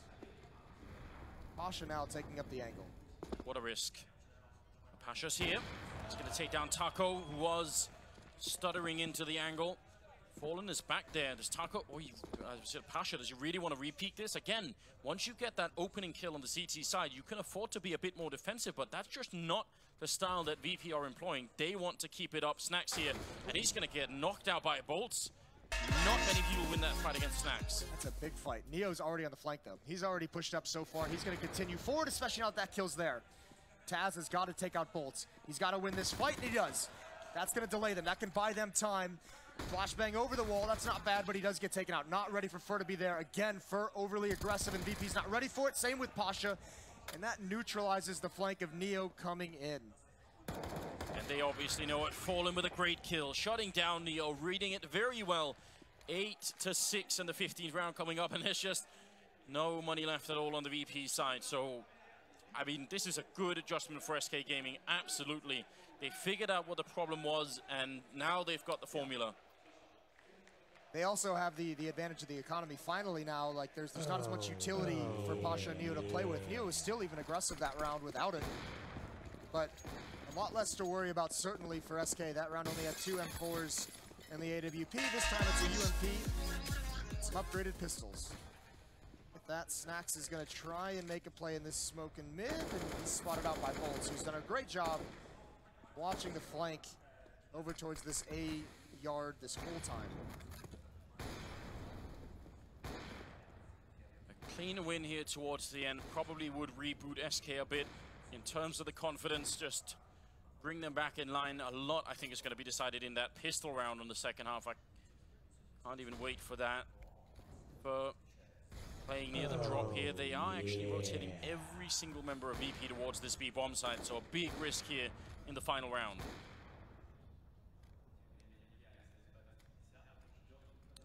Pasha still on the stairs, that's CZ, but Bialy is waiting patiently. This has been a very slow lurk at times. Not this time, though. They're going to do it aggressively. Fur, he does fall. That's all Bialy can get.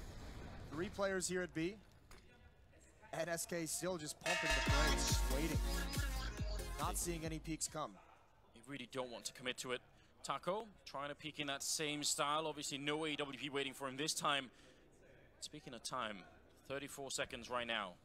They need to make up their minds. You don't want to get slowed down when there's this little time left. And there's the double peek coming out. Neo getting one. The reloads are in the C set. It takes so long. And Cold Seer's there with a headshot. Pasha dropping the bomb with 20 seconds left. And now it's a 2-on-1. Neo getting a shot. And he's got time. 4 bullets left. Can he find a gun? There's the AK-47. And Bolts is on the other side. Neo getting shot in the face. Great play from Bolts. Out in the open. A big risk. And the half finishes 8-7. Barely in favor of Virtus Pro. That was way too close. Oh my word. This is unreal. The tension in that round. Yeah, you could really sense at the end how focused and I guess also nervous SK were making any mistakes. No, and the crazy thing is Neo and Pasha this time, they've been so aggressive and so peaky by those stairs at that broken wall. This time they show an immense amount of patience, holding their nerve down the stretch. Because you could see, at a certain point, you want to have the information, because you have a stack at the B bomb site, and you want a shot in the round, but they just wait. And they just say, you know what, we just kind of have to do this with the arsenal we have, with the light weaponry, and it works out for them. They're almost able to win it. Now it's going to get interesting.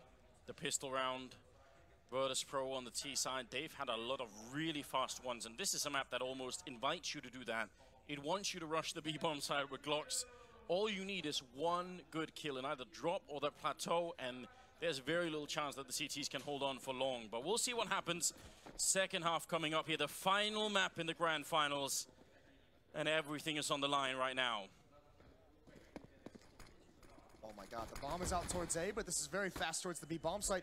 Flashbang comes a little bit late, but Pasha has spotted Taco. His second one blinds him completely. They don't want that fight. They pulled the rotation. They need to make this work. They need to hustle back to the A bomb site if that's the plan. Neo's going to drop down. He's there to cut off some rotations. Oh! Oh my word, that's so quick to come through.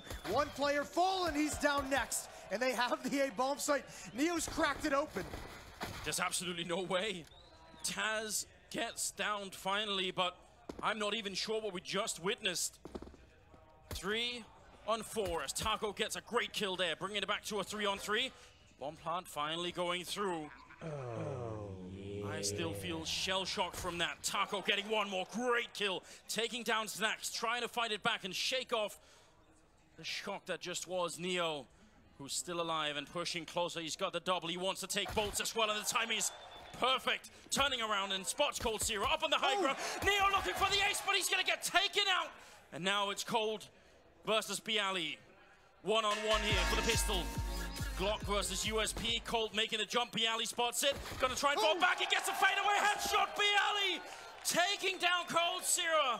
And that is gonna put it miles ahead. What a pistol round. What a sequence from Neo. I have actually just never seen a kill like that from anybody. Was that a burst fire as well? Yes, I think it was. Mid-air jumping. I'm speechless. This is a stunning performance out of Neo. Bialy even clutching it out as well, getting just around the edge of the wall. That's both pistols now on cobblestone for Virtus Pro. Scout comes out, another tag for Fallen. He's been great with it. He gets 2. He's gonna get, no, he doesn't get a 3rd, but he's done some damage as they push up, and he's bought time. His team is rotating over. There goes Fur. Taz's gonna continue forward, but he's dropped from the side, and now they're gonna push right through the smoke. And oh my God, Virtus Pro, they just barely hold on. They've done it. Fallen. He's got a kill on a Neo in a 1-on-2, but they know exactly where he is.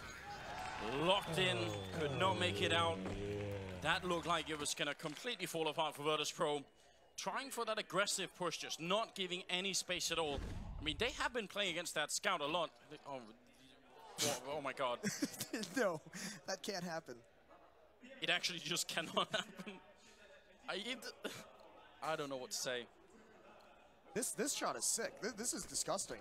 Like, he even like realizes there's someone in murder hole and just goes, and that's like the selfless play to go for the guy who's encroaching on his teammate as well. He knows Bialy has the better positioning for the fight. He's got 23 and 9. That would just add to the legend. This kind of a performance in a Game 5 victory to take the championship at Epicenter. It's just very hard to explain how someone could be so good for so long. Snacks taking down Cold Zero. I like the boost attempt though. I mean, that CC could have almost done it. Gonna put some pressure on Snacks. Maybe they could trade it out so someone else gets a chance to run and gun with it. Don't see Snacks getting many more kills in this round with just the Mac 10. Just watch the flank even. Just build up the bank. Neo's on his way back. Surely he's going to be mindful. He's waiting for it. He spots out Fallen. The spray control is there. Pasha's swinging in. He knows Bolts is in the sight. And there's really nothing left for SK to be able to rotate into position, and they're all gone. An 11th for VP. And remember, there was a second round investment from SK, so they'll be light on some utility. VP could be able to just grab complete control of this match with one round here.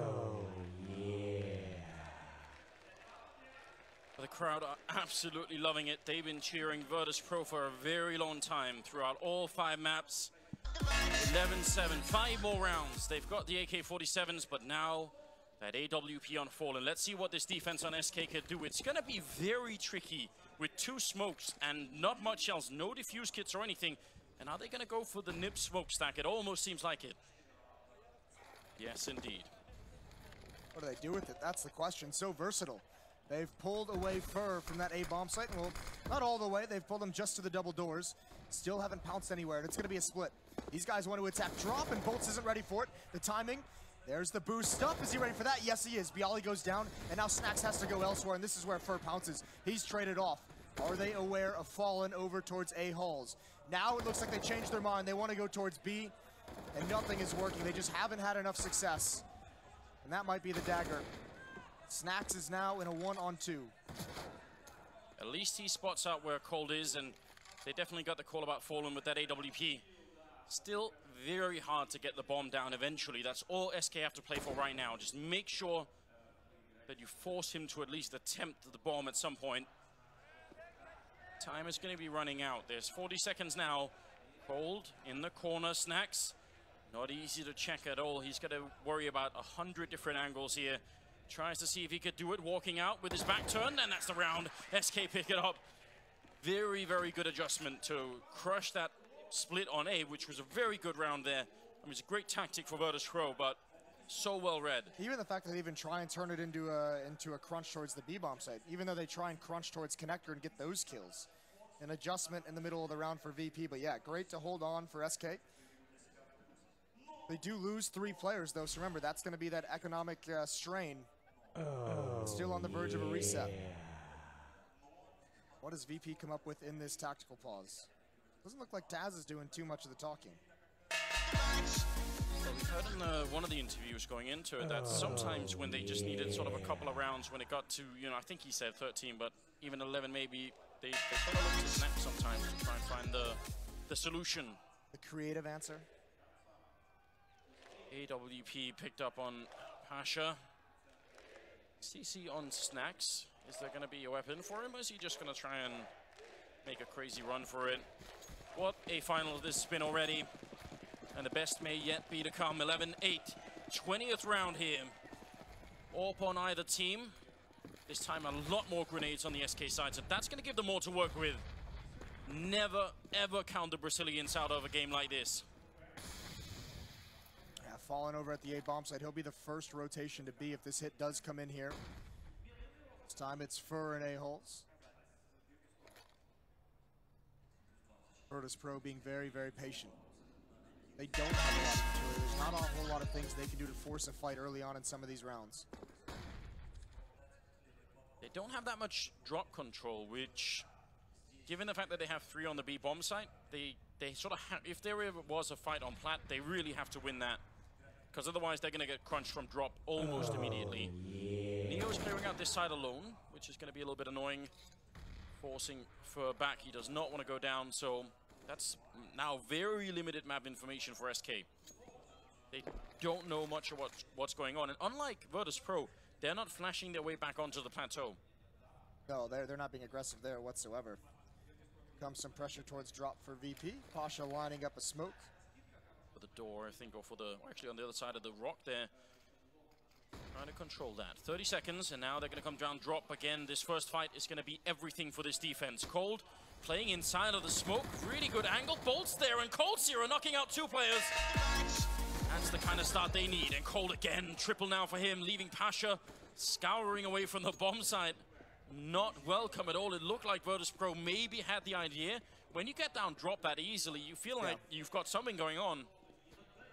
I mean, it's that crossfire setup, right, between coldzera and Bolts that's so effective. coldzera is distracting him inside the bomb site at the statue, and Bolts is just sitting in the perfect position, exactly where actually coldzera just won the clutch in the previous round. That position is so hard to clear out, especially when you're get shotting at from the site.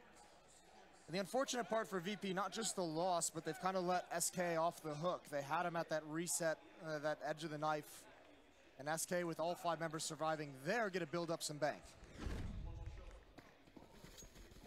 This is so well played. Spray transfer continuing. So hard to call as well. You gotta imagine if you're the first player going down there, how do you sort of relay that information to the rest of the team? Sort of playing inside the smoke, but you might not be able to see him. Yeah, right? He's over there. No, it's also just the confusion of the moment as well. The hit coming in and then get shot in the back also. Check this out. 3-man setup, grenades being thrown from practically T-spawn.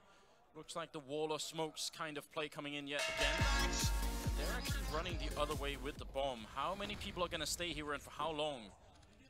Fallen, this peek back in here could be really big. Pasha has got the AWP, so he's got to be a bit careful. Oh, and he sees everybody. He's smoked out almost immediately. This could actually be a really big problem. Fur has to come up big, lining him up, but he gets knocked out. Snacks with the kill. Fallen going down. Neo with that one. 3 versus 5 now, and they can't let go of this one. Bolts is out as well. coldzera very exposed. And somehow he's still alive. The bomb will be planted, but Cold is doing even more work. Pasha's got the position with the AWPs at the bottom of the ramp in mid. Taco is going to have a very tough time getting out. He's got a smoke, and that's what he's going to use to get out. But does he turn to his right to take the fight? He has done a great job getting in this position, and they have all post-plant spots to win it. And they have to win it. Taco making his way in. Pasha missing a huge kill, but Cold, he had so low health, he's going to go down.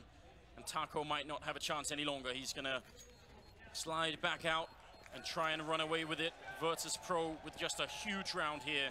And Taco is going to get the AWP, which is really big, and run away. 12 rounds now for the VP side with almost nothing in the bank. That setup was so good. Yeah, no, that execute was so beautiful, and what it did do, it didn't actually cause a rotation. Fallen didn't fall for it whatsoever, but he did put his eyes over towards the drop window, just saying, okay, if there's smokes at B, I just have to be mindful that maybe they can come out drop, have to be ready for it, have to help watch my teammates back so if I can just land this one shot, and the timing of it. It allowed one player to just gain some ground on him, and he wasn't expected when he turned back towards mid, and that's what caused him to give up the fight. I think that was almost the entire bank of SK used in this round. So now it's on a knife's edge here for the Brazilian side. So they don't quite lose the game here, but it's dangerously close. And SK, I mean, you know VP are feeling fired up right now. They can taste that. 12-9 the scoreline, still too close to call. 3 smokes left for the SK side. All 3, no, 2 of them at the B bomb site. 1 is over in long A. That's Fallen with the AWP. Virtus Pro using some utility to apply pressure at drop. They haven't committed yet. It's Bolts playing outside of it. It's coldzera again playing that little cubby just outside of drop zone. The one that's so hard to clear. This time though, there's no distraction at the fountain. There's no one there to keep their attention turned towards the bomb site. And now this gets dangerous. If they smoke this off and just book it up mid, oh my god, that timing. That's so harsh. Wow.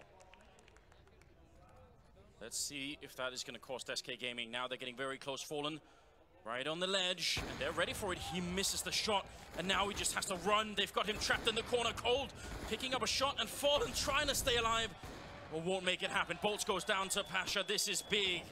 4 versus 3. 25 seconds, Cold Zero looking for an opening. He wants back in the site, but they're not going to let him that smoke. Can Fur bring it back? He's gone undiscovered over at long. Taco as well is on the flank. This could be very tricky for Virtus.pro despite a man advantage. It's Soul on the line. Big investment in this round for the Brazilians. Bialy holding close here. Fur going to go for the peak, and he gets shut down immediately. Cold Zero and Taco left 2-on-4, and they just want to make it back. Taco with a big double opening, bringing down Taz and Pasha. But there's not that much time left. The bomb has been planted for a long time already. Cold, he needs this fight against Neo, and he finally gets the headshot. And Bialy, can he save it one more time? He's going to go for the defuser, and Bialy gets the kill, and that's almost the last kill coming in. Bialy, he got dropped, but the bomb is going to take Cold Zero with him. And another round for Virtus.pro. It's so close now. That double flank from Taco and Fur, that almost ruined the days of Virtus.pro, put Neo in such a tough spot. But yes, they hold on. Finally, and again, it's some timing with Fall, and he's going to be so upset when he watches this replay. Last round was rough. This one was even worse. Just as he looks away from danger stairs, they walk past, and they're doing a contact play up mid. So again, when he peers towards mid with that AWP, he's not prepared for them to be that close. Now there's a proper kiss cam. Not even that we're doing it, but why not? I was going to say, that guy wasn't even taking any chances. He was definitely going to get that kiss.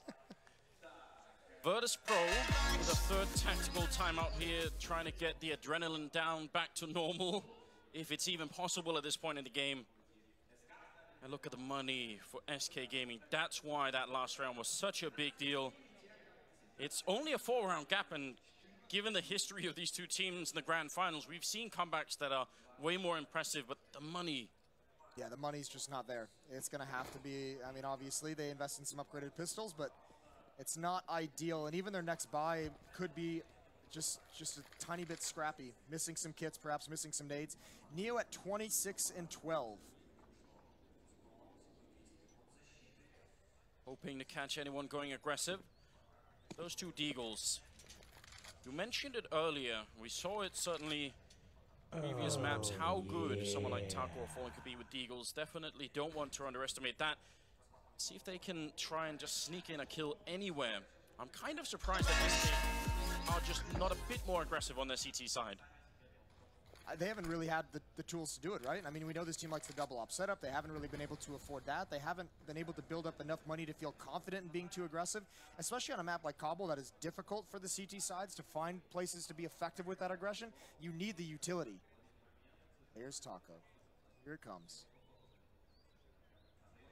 Long wait, deep breath. Taco really wants it, but he was already tagged up with a grenade. That was Snacks putting it out earlier.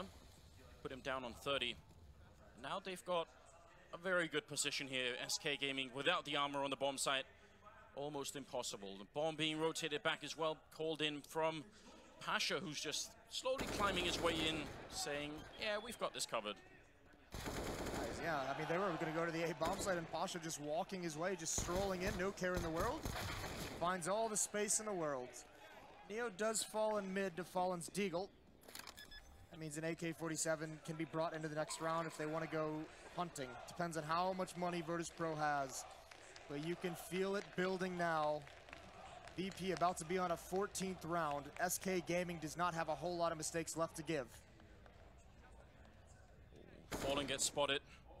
Really wants to save the rifle. Every single dollar counts right now if you're on the SK side, and he's going to miss the chance. Bialy takes him down. We talked about this earlier, how when they had their backs to the wall, we had players like Fur who came out on the SK side and really took some big risks and got the reward as well. This time they really seemed quieted down, SK Gaming. 14-9 Virtus.pro, so near the finish line now. Oh, and it was that force buy win that has really propelled them forward. So yes, this time, solid buy. In terms of what they have, Cold Zero, the glass cannon op with the smoke. No kits. Here comes Anders, the classic, the overpowering play. Cold Zero's with the op, and he hits one. Can he get any more? He's going to drop the smoke to his left, peek out to the right. Looking. Bialy's got to kill meanwhile. He's got to do it now. He's forced into the flames, and he gets one more. He's holding on as long as he possibly can, and the bomb is getting planted. What a sacrifice from Cold, taking all that damage, still alive, and Fallen getting the shot on Taz. Bialy and Neo trying to stay alive, and now just Neo, 1 versus 4, and the bomb not gonna go up this round. Great defense, you're absolutely right. The attempt at the knockout, Cold Zero with the triple, 10 rounds for SK Gaming. It almost looked like they were gonna get run over the edge here, but just slowing it down a little bit like this, that can really change the game now. Yes, I mean, especially if now Virtus Pro doesn't have that necessarily, if they're a little bit afraid to go against Cold Zero with that off. He's so good in that chicken coop in the back of the bomb site. He's so good at staying alive. That smoke to the left, sometimes he'll just hide in it. I mean, he puts it to his left to just allow him another avenue of escape, another avenue with which to op with. And SK, with so many members surviving in that round, they can build up some utility behind it. That's obviously the big deal. Last tactical timeout. I'm getting deja vu.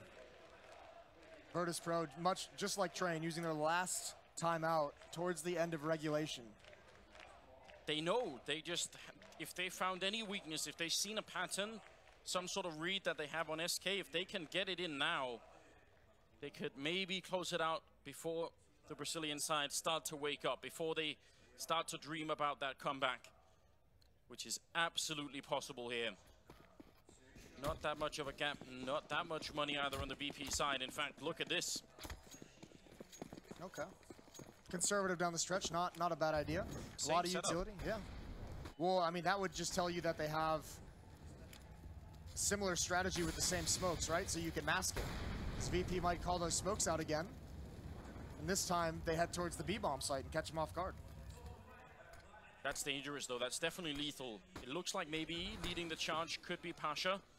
If you jump around that corner with a CC, catching someone close, that could work out very well. Ready to get in drop. Not going to catch anyone, so all of these flashbangs not really doing much. Final grenades are coming out. That's not going to do anything either. Bolts, really good hold from him so far. And with everybody chiming in, a complete lockdown here for SK Gaming. That's so big. Surviving with 5 members as well. Yeah. Building the confidence, Moses. They're not out for the count yet. Yeah, SK, they don't get fooled by that one. They don't budge an inch. They play passively. They wait to see where exactly VP is committing, and they just crunch on it. 3 players all chiming in. Now you imagine this is what the Virtus Pro timeout was for, this next gun round. It's like, all right, guys, half buy some utility. We're going to do this in the save round, but the next one, this is the idea we have. More bodies heading towards the A-bomb site for Virtus Pro. They've caught some really, really fortunate timing on Fallen a couple times, but that's when he had the ult. Now he's holding on to the AK. Pasha hoping that this would be the round where someone wanted to take a risk on SK's side, and it is a really big risk peeking past this point on long. The last time we saw the setup with Bialy and Snacks working together at drop zone, this was the attempted split towards the A-bomb site that turned into them trying to go back towards B. Still waiting at the moment. Fallen's going to drop a smoke just as the opponents come in. That's going to hold him back. That neutralizes one smoke from Virtus Pro. Clever play from Fallen. It looks like that's going to force some kind of adjustment. Avoiding the spam through the wall there. Very dangerous with the AK-47. He's still playing very actively and close to the middle. He wants the early information. There's been a couple of rounds where he's been run down at the top of ramp, so now he's a bit more proactive. Grenade doesn't do too much. This B defense, though, is going to need help. It looks like Virtus Pro are setting up, and this could be extremely fast. 37 seconds. Cold looking dead into the smoke. Pulling the trigger now would be wonderful, and they're trying to boost to look on top of it. Cold repositioning himself. Can he see anybody? Not just yet. And here comes the push. Taco getting the first kill, taking out Neo. That's a really big effort. Dropping a second and nearly a third. Taz finally overcoming him. And now Cold Zero in a bit of trouble behind the statue. Flashbang, Zareni drops Bialy. In fact, Fallen there. Coming out, the defense is holding. SK surviving this round. 7 seconds as Fallen shows up as the hero with a big double. Yeah, but it's Taco behind that smoke, isn't it? The one kill to transfer over to drop zone to help his teammates out, and even getting the dink on Taz. Bialy looks a bit stumped. And these hits have kind of felt like they've lost a bit of their power into them, haven't they? They're getting stalled out. Some of the first kills going the way of SK, really slowing down the way that Virtus Pro can wrap on the bomb site. Cold Zero has been phenomenal with the AWP since he's finally got it in its hands. It feels like what Virtus Pro really want is to sort of peek a corner and have a lot of really quick fights. And instead, the SK defense just absorbs all that aggression, you know? Yes. The fights don't happen quick, they happen over a long stretch, and it's working out very well. And this time, Fur is aggressive. Neo is weirdly locked in here. Ooh, bit of a run back. Could have gone badly. Oh, I mean, fair play, good effort. Falling behind the smoke. Bolt's just going to give up drop zone. Doesn't have the teammate to fight for it with them, so they'll just have to play contain. Now that Snacks has the positioning, and dangerous game with the nades in your hands. It's falling again. All the kills going the way of SK. So the next round, remember, he's out of timeouts now. They have to find a winning formula, and they have to do it on the fly. Snacks has picked up an AK-47. Would be great to take any of these weapons away down the stretch. So close right now. Battling away. Fallen gonna take the kill against Taz, and that puts us at 14-13. I don't even know what the formula is right now for Virtus.pro. They seem very locked in. They've tried the change of pace. They've gone for the A rush up the ramp. They've tried for the A splits. They've tried almost everything. One thing they really haven't done is actually gone at Fur in the A halls. He's been largely untested. They haven't actually put like more than, you know, we've seen a couple times Neo's cleared it out all on his own, caused some distraction, put some pressure on it. But we haven't seen Virtus.pro really commit to taking over and attacking that bomb site from that angle. Well, it looks like they want quick aggression or at least noise towards the B bomb site, and this might be the round where they do it. Moses, you might have it dead on, but look how Fur's playing. He's just getting a tiny pixel peek, and then he's back around the corner. Wants to put up the smoke, the Molotov, in fact, to try and force them back. Ooh, Fallen missing one shot, goes for the repeat. Now they're going to try and grenade everything here, and Fur has to get at least one kill and preferably stay alive for quite a long time. I think that was a friendly flashbang. Fur getting the kill on Snacks, dropping the bomb. This is big news here. SK Gaming fighting for their lives. Fallen gonna burn to the Molotov. Fur is down as well. Pasha getting the kill, but Bolts is gonna come in as well. 3-on-3. Bolts shot in the face. Taz now in play, and Taco, he's very exposed here. Gonna get shut down. Neo just walking in casually. coldzera, 1 versus 3. It is looking like tournament point here for Virtus.pro. They've got plenty of time. coldzera sneaking in, getting Bialy. Surely not. That's let the bomb cross, though. That was something that could have helped. coldzera with the op now. He's got to find two. He's got to find his one-on-ones, and he has no idea where the second player is. Behind the truck. One missed shot, and it's going to be a headshot from Taz. So quick. The triple, and Virtus.pro now. Tournament point here for the Polish team. It's all focus for Neo. Taz was so patient. The 3 kill, but when they needed to cross into the bomb site, he's waiting for Neo for the double peek down at APC while Neo peeks from the fence.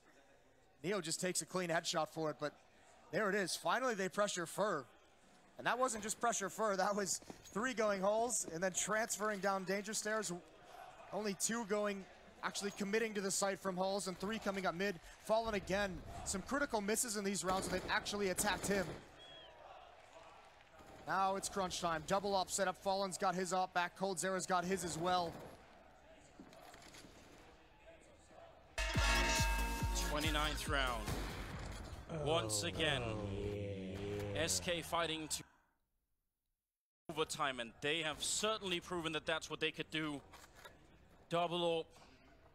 It's been their ace up the sleeve almost every single matchup.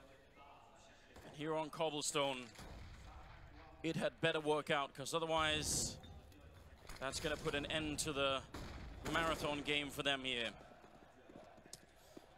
Back to the halls play. This time Fur is committed. This is just going to be a fight. There's no chance of him getting away, and he's completely blind. He's got nothing to do, nowhere to go. Opening kill for VP. Now the pressure's really on. SK, they must know it. 4 players left. And Virtus.pro don't even follow it up with aggression. They just want to slow it down. Do SK question themselves in this? Yeah, but Bolts rotated so quick. He felt the pressure coming. That's normally what happens. Fallen's got a big job to do again. Oh, he's pushed up against them. He gets the first shot on Taz. That's almost unbelievable. Going to fall back into the site behind the cannons. He cannot miss this next shot. Snacks is right in front. Ooh. A headshot from Fallen. He wants more. The triple. Trying to get the no-scope, but he cannot get it. Neo has taken him down 14 seconds and trying for the bomb plant. 2-on-3, Neo and Pasha holding on to the dream. Otherwise, SK Gaming could be right back in this game. And their heads have got to be spinning right now. The pulse in their ears. Neo on the site. They've got him isolated. There's a deep flank coming in here from Pasha. He goes down. Neo, the last one left. He's going to get one kill, turning around, and he gets shot down. Going all 30 rounds here against SK Gaming. That is so close. Fallen delivers. He struggled a couple times in that scenario, but not this time. Holding on for a squad, allowing them to get there to the bomb site to finish it off. Taco with the big flank as well. And now the question becomes, what does Virtus.pro have left to fight with in this 30th round? It's not going to be a lot. 3 UMPs, a CZ, a Galil. At least you have to say, without the bomb plant, they would have been... even worse. Yeah, almost cementing overtime, right? Do they have one last trick, one last bit of magic here? Or are we really going to see overtime in a best-of-5 grand finals on the final map? 3 UMPs, 1 Galil, 1 CSET, 75 B-Rush could definitely be exactly right. I mean, they have no presence on the other side of the map at all, so it doesn't seem like they'll be able to... yeah, they're just going to execute here. And this is a clever smoke from Taco. He'll be able to utilize that pretty well. He can hide in it. He can walk around the edges. That Molotov for coldzera is going to burn. He's going to drop that smoke. Here come the UMPs. Rushing right out. Neo almost jumping on top of Bolts, who sets up a great quad kill, spraying down every single member, and that's overtime. 15-15. What a comeback from SK Gaming. How do you keep the focus for that long? It's the mirror of Train. They made it happen. VP is out of timeouts as well, and they've finally gotten here. The double up setup serves them well down the stretch. This is incredible from both teams, the resilience to stay in these matches. Keeping the focus, keeping the stamina up. How far underground do you have to put SK for them not to just resurrect and come back again? 15-15. Overtime is in effect here. They can afford it now on the SK side and everything else. Let's see if this changes anything. Well, SK's trusting Fur this round. He's the only one at the A bomb site. Puts out an early Molotov due to a pop flash coming through the doors. Oh, he's getting spammed. Yeah, get back to the site. 35 HP. Actually, everyone has taken a lot of damage on this SK side, and Bolts is completely blind. That should be an easy kill for Snacks. What? He doesn't care for it. He doesn't care whatsoever. Fallen doesn't have the info. Bolts doesn't know what's happened, and Snacks now could be a masterclass. He does get taken down by Taco, but now it's all on Fur, and he hears the footsteps. Close angle. He's going to go for the peek, but Pasha takes him down. And the madness continues. 3 versus 4. Grenade comes in. It's going to be Neo instead to pick up Taco. I have no idea what Snacks just did. Bolts now burning to the Molotov, down to 20 health. coldzera shut down from Bialy, and that's going to be the first round of overtime in favor of Virtus.pro with an inexplicable play. No, it's what a selfless play from Snacks that it is. He's got him completely blind, but he's already into the window. He's looking at the end goal. He knows that his job is just to kill one player a day. Fallen in the doors. That's his only kill that's important. He does exactly that. Because of the fact that Bolts hasn't died, because of the fact that he hasn't called anything out because he hasn't seen anything, Fallen doesn't realize the danger. Neo dropping 30 kills in overtime against SK here at the Grand Finals. Have to point that out as well. SK right back on track here with the rifles. Double up again. What a round. Now it slows back down. But it's got to be so worrying if you're SK that the pace can just be picked up whenever. And it seems like VP really realized this Halls portion of the map. If they can just take out Fur, he's going to turn the corner. That's the bomb. Neo's going to come in for the trade. The spam, and he can't win that one either. Pasha has just been holding for a peek, but it's just been Fur all on his own, winning basically a 1-on-3 in the Halls.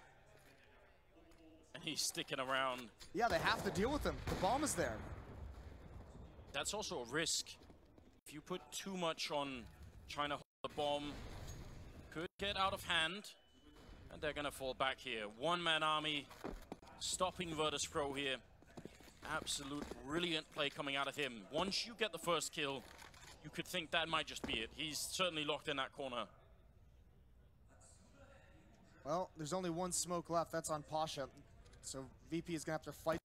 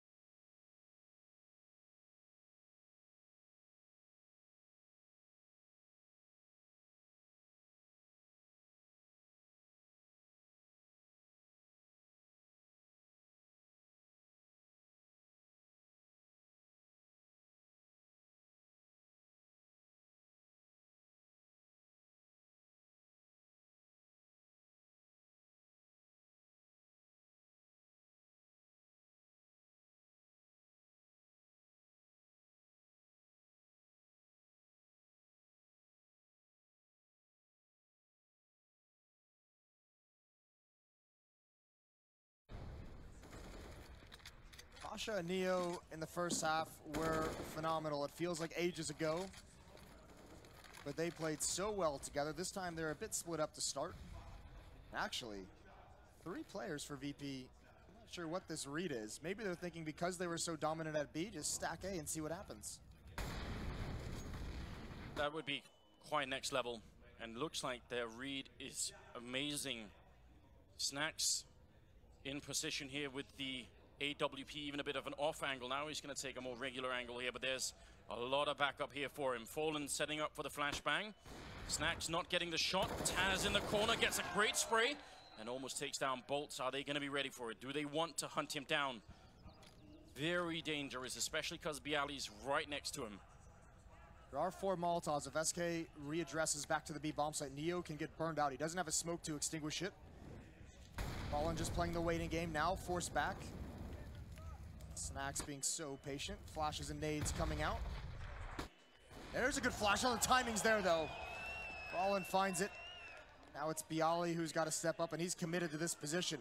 Pasha's on the rotation. He's got the AWP. 2 coming up the ramp, 2 coming from halls. The time, 20 seconds.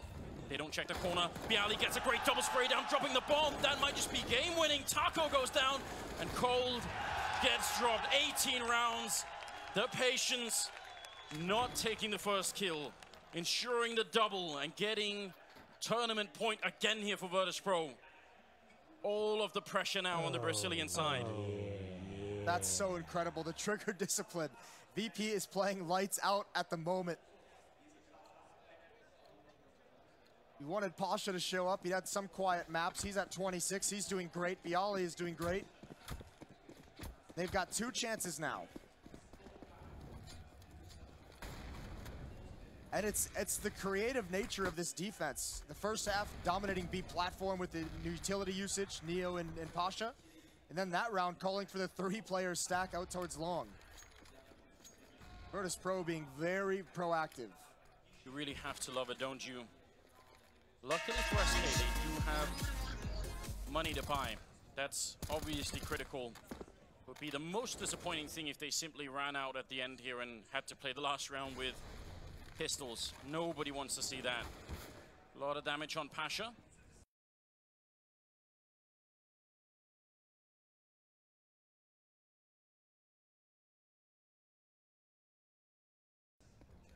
He's going to be forced back a bit. No defense inside of drop for Virtus.pro either. So that could make it dangerous. If any of them have to rotate, you have to be very, very cautious. If they have to go to the A bomb site, you never know who can be perched up and drop. Flashbangs out, so are smokes and nades. Pasha blinded. One is crossed. coldzera. At this angle. Can really, really hinder that. Taco's got to be careful with this peek. There it is. The flick doesn't hit. Oh, look at Taz. Aggressive. Timing could have been there, but now this A-bomb side is in so much trouble. And with 30 seconds left, they are going to make a run for it, SK Gaming. They want to get up close before too much aggression comes in from the VP side. And in fact, they're a little bit slow, which has allowed Virtus.pro to get closer. Snax unscoping at the wrong time, and he's in trouble. Gets the damage, but every single teammate has fallen, and he's going to get dropped. Neo was miles away, so it looked like maybe SK were waiting too long. They bring it back, and now they're almost a double overtime. It certainly helps, that push from Taz at the wrong moment, trying to make a play, thinking there's going to be more pressure at the B bomb site. He gets stopped cold, and then from there, it's just, you know, VP is scrambling to get into position at time at the A bomb site. Patience from SK Gaming, even in a round where almost having so little time on the clock punished them in the previous round, still being very, very patient. There's coldzera going to close it out. One more round. It's championship for VP or double overtime. How much longer can this go on? One mistake is all it takes. The focus still 100%, and finally there's a tactical timeout for SK Gaming. I was wrong, they had 3 left. Wow. How unreal is that? Even during comebacks. Yeah, in final maps of grand finals as well. I mean, it's almost too much. We'll do it live. Well, VP would love to find some way. The crazy thing is it seems like, I mean, SK's not really giving him a whole lot towards B platform. Both of these teams really, really going after that A bomb site in these overtimes, especially through halls. Oh, they're just taking 2 in a row. What a nice little luxury to have. They really don't want to lose this at all. that makes you think, I mean, what's going to be the call here? I mean, is it going to be something really interesting, or do they just want the full reset, the full mental reset here? Inside of the mind of Fallen, running through all of the rounds in regulation. Years of practicing. All of that, culminating in this one round, just trying to figure out how is this going to play out. 18-17. Overtime or bust right now for SK Gaming. They've played an unbelievable tournament. Now they have to fight just a bit longer. Fur coming in aggressive, tries to run down, drop, the flashbangs are in. Neo shutting it down, turning around, oh my god! Triple kill! Unbelievable! Pasha on the bomb site. And now they've slowed it down. SK Gaming, they need this next kill. And Fallen is going to give it to them. Still a 2-on-3. Everything on the line right now. Fallen creeping up, close scoped in with the AWP. He makes it back alive, but that could have gone horribly wrong. Bolts, long-range spray to take down Pasha. 2 more kills here for Virtus.pro, and they will have made it all the way through. Taz looking. One opening, no bomb plant yet. Nobody wants to make the next move. They're just waiting for it, and a shot from Fallen taking down Taz right through. And Snacks patiently waiting, wants the mistake, and he does not capitalize on it. That might have been the one chance here. I don't see SK giving away this now. 1 versus 2. Snacks gonna try and see if he can fall back and reposition himself, but with the bomb down, they've spread out, and he just has 1 life left. There's a shot to take down Bolts. A single bullet from that AWP have fallen, and it's all gonna come to an end. He's hiding. Snacks getting shot in the back, and it's double overtime. Fallen, an absolute hero, saving that round for his team. Fallen delivers in such a big way, and what a bold call. They do the they throw Virtus Pro's tactic right back at him. Just a power play down drop, and it actually fails. 3 kills for Neo. That was, what, a 2-on-4 at one point? And you're exactly right. I think that's the first time in these games that we saw the pressure get to Virtus Pro. It seemed like nobody wanted to take the fights. Everyone was just trying to survive. Everyone was just trying to get into cover, and Fallen takes advantage of all of it. Maybe they were expecting that SK would try and sort of come and force Taz out, because he had the angle. Snacks could try and take that deep shot. Snacks just invested a lot of money. No, he bought an auto shotgun as well, and then he bought that shotgun, and then he bought an M4. So I'm assuming the plan is get the M4 somewhere, play with the shotgun, don't commit, get a kill maybe, get away, and then pick up the M4 for everything else. The luxury of 16K. This is way too much. Double overtime is now in effect. Fur turning around, and Taz did he not see it. Neo gets a kill, but first running down Taz, so he definitely did not spot it out. Leaves Snacks in a very odd position. He's Fur in a very odd position, although now he's dinked, so now it gets a lot easier. He's just got to find a way to get back safely. That was very awkward from Taz, but trademark aggression from Fur puts him in an unexpected position. Neo and Pasha still over at the B bomb site. The one area that has no eyes on it at the moment is drop. Neo's getting closer now, but they just have to play contain. They're playing outside of it. Asher on the stairwell. He has been magnificent in this position, usually with some help from Neo, who's put up some great flashbangs.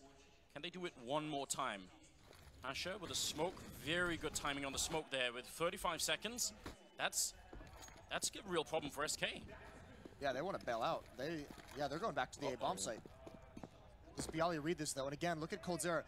Who better to lurk in this position? All he has to do is get 1 kill. Bialy has to watch this, and he's going to find it. He's going to get the kill. Now it's on Snacks next. Bolts is going to turn the corner, and he's going to win the fight. He's down low, but another flashbang goes down. And SK, they might have just done it. 5 seconds left of the clock. They're going to get the bomb plant down. There's no grenade to stop it, otherwise that could have been ugly. They're very low on health right now. But VP, can they make it past that AWP? It's on Fur now, in fact. Neo trying for the peak. There's the first kill. Unreturned from SK Gaming. And he really wants to see if he can get this done. Bolt's going for yet another kill. Almost out of it. And Fur to get the shot with the AWP. SK Gaming, they win that round. Bolts. 2 critical fights down the stretch go the way of SK. That's so painful for Virtus Pro. They had the fights they wanted, just couldn't finish off the kills.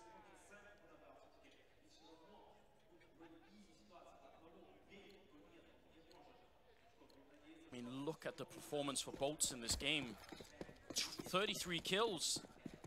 Brand new on the team as well. Not even 100% joined yet necessarily. Yeah, not to mention, you know, he had some rough maps early on in these grand finals, but certainly coming alive in this 5th one. Madness. 19-18. Virtus Pro with a great start in that round. As soon as Bialy won that kill on Cold, you thought that was going to be it. Okay. Oh. Not all that graceful. I think Neo thought that Molotov was actually going to burn him, so he bailed out of the stack early before Bialy could get up. But yeah, there's an opportunity there. Who knows? Could be saving grace. Could have been for a reason. Divine intervention. Yeah, one would call it. Well, here's Pasha again with his angle. really, I mean, this hasn't been as effective, whether that's just SK being much smarter about it, but here's that iconic shotgun from Snacks. Bolts won this fight earlier, and it's the same exact way. He does it again. I'm starting to believe that Bolts just might be a genius. Not many players are going to be able to win that fight, and he's done it twice now in double overtime. Taz is a flashbang as well if he wants to do that, but he misses the shots. Now here's Bialy. He's got to get two. He's dinked Fur. He's going to go for Taco. It's not going to happen. 2-on-3 situation. Neo and Pasha are going to rotate over. They're going to be here in time. They need to be quick. They have to get this next kill. Neo almost caught out. Bolt's getting more kills. Another double for him. And there's the triple, the headshot. He has truly come alive here at the end, erasing any question about whether or not he could fit into this team. He's been so stellar, and what a story as well. Remember, he was part of the original core of Luminosity that came onto the world map with Fallen, I believe even for some time with coldzera as well, with Fur. Was cut from the team. That was back at the end of 2015. Final tactical timeout now. Yeah, why not? I mean, you have a timeout left for double overtime. Just put that through your mind for just a second. That's so dirty. Virtus Pro used all theirs, I think, around 25 of regulation. They've got to get this one, though. They need to have some kind of a cushion for that second half of overtime. I don't know which outcome right now would be more shocking, because it definitely looked to me like Virtus Pro were going to run away with this map. And just like time and time again, SK, they dig their claws in, they do not give up. And suddenly, they've turned it around. Neo almost at 40 kills. And what can they do here? Virtus Pro, double AWP, a lot of rifles to follow. And you're absolutely right, they need that one-round buffer. A lot of pressure on this B defense. No hit yet. Here they come down drop. Bialy's here. Can't win that initial fight. Now it gets scary. Taz underneath the window. He gets one. Taco doesn't want to mess with it. But that's a big kill. coldzera getting one on the bomb side itself. Pasha locked in. They don't even have the bomb committed to this yet. Cold is just looking for a way. And he sees the gun barrel. Pasha in so much trouble. He's going to drop. And Snacks, I'm not sure there's any way to retake this. Picks up the M4, and he's going to get down by Fallen. 3 in a row here. SK Gaming now a tournament point in double overtime. A miraculous story. I'm not sure there's many teams other than SK that could have made the comebacks in some of these games. You think the comeback on Train, now on Cobble. Surely there's not many teams who could keep their focus. And again, just very fast-paced down drop. The initial fight doesn't go their way. I think there was supposed to be a second player from VP to get into drop zone with Bialy. It was just that hit came so fast. They weren't expecting that.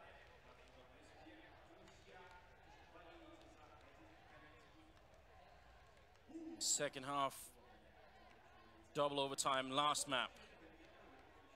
One mistake from Virtus Pro, and SK are going to be able to pull this one all the way back in what has to be just one of the craziest tournament runs of really almost any team at this point. Oddly enough, I think the only team that could match it would be Luminosity at that DreamHack right after the roster change. Yes, indeed. Stacked up all towards the B hallways are Virtus Pro. No crazy plays coming out from anybody yet.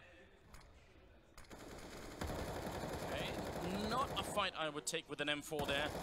But he does come out on top. I was going to say, he wins it clean, doesn't he? Hasn't been touched. Neo down to 58. Fair play to Fur. 4 players of Virtus Pro over towards this B bomb site. Again, they're going to have to go through coldzera with that AWP. Taco's here as well. Bolts will be quick on the rotation. Flash is coming over. coldzera's actually out in the open. It's a wall of smokes. Where is the hit going to come from? They're still so far away. They're not even making a presence at this bomb site. This could be, they're using a lot of utility and not doing anything with it. Oh, Cold getting the first kill. A lot of people coming down, drop making a lot of noise here. They've already lost Pasha. There's Bolts with a kill. Can he close it out? He's going to be going down to Bialy. Taco comes in with a spray. And somehow Taz gets one in return. Now they want to run for the site. Fallen is here, shutting down Neo. Bialy and Taz left 2 on 3. 30 seconds, they have to make a move. And Falling missing a shot, but Fur is there to follow it up. And Taz, the last one left. SK Gaming, miraculous comeback here in Russia. They win the whole tournament time and time again. Counter-Strike Global Offensive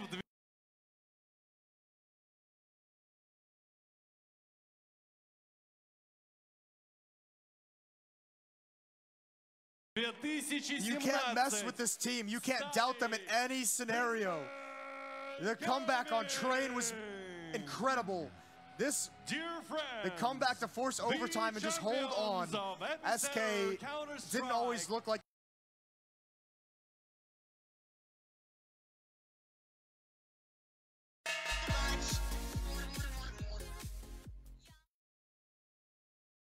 but they found all the answers. 2017, SK Gaming.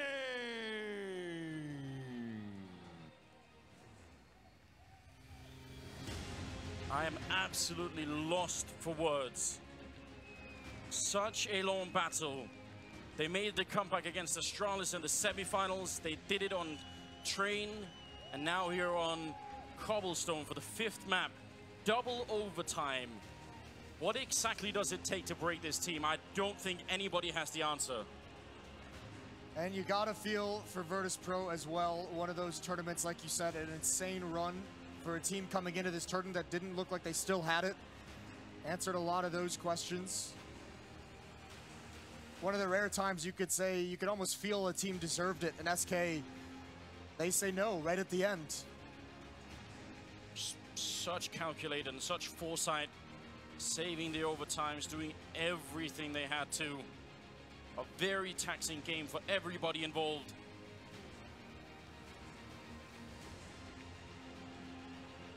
And absolutely the fans are loving it. Just another incredible performance from, I mean, really, across the BO5, you're going to have it from every single player of the team, but this tournament run has been phenomenal. I mentioned before this began, Fur, Cold, Fallen, all in the top 3 statistically. But Bolts, what a time to come alive. Not even on the team, on loan, and he stepped up huge in the grand finals. Well, here they are, ladies and gentlemen, your grand champions here at Epicenter. It's SK Gaming. What an incredible team.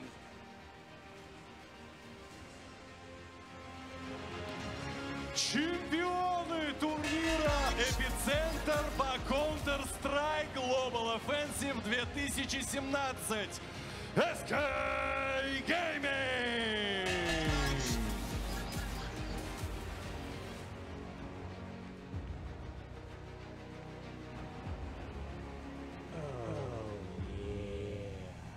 Surprised they still have the strength to lift the trophy, Moses. Yeah, well, they're gonna have to find space on the mantle. They have that trophy room set up in the house, and it's got to be getting full, and that is a huge trophy.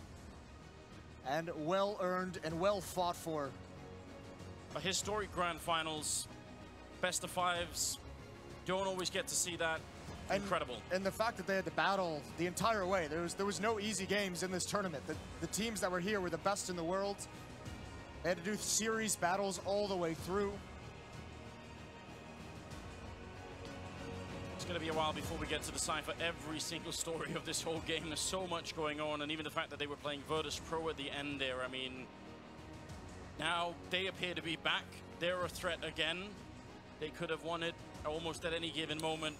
I mean, listen, Chad said on the desk that he thought this team could be even better than what we saw at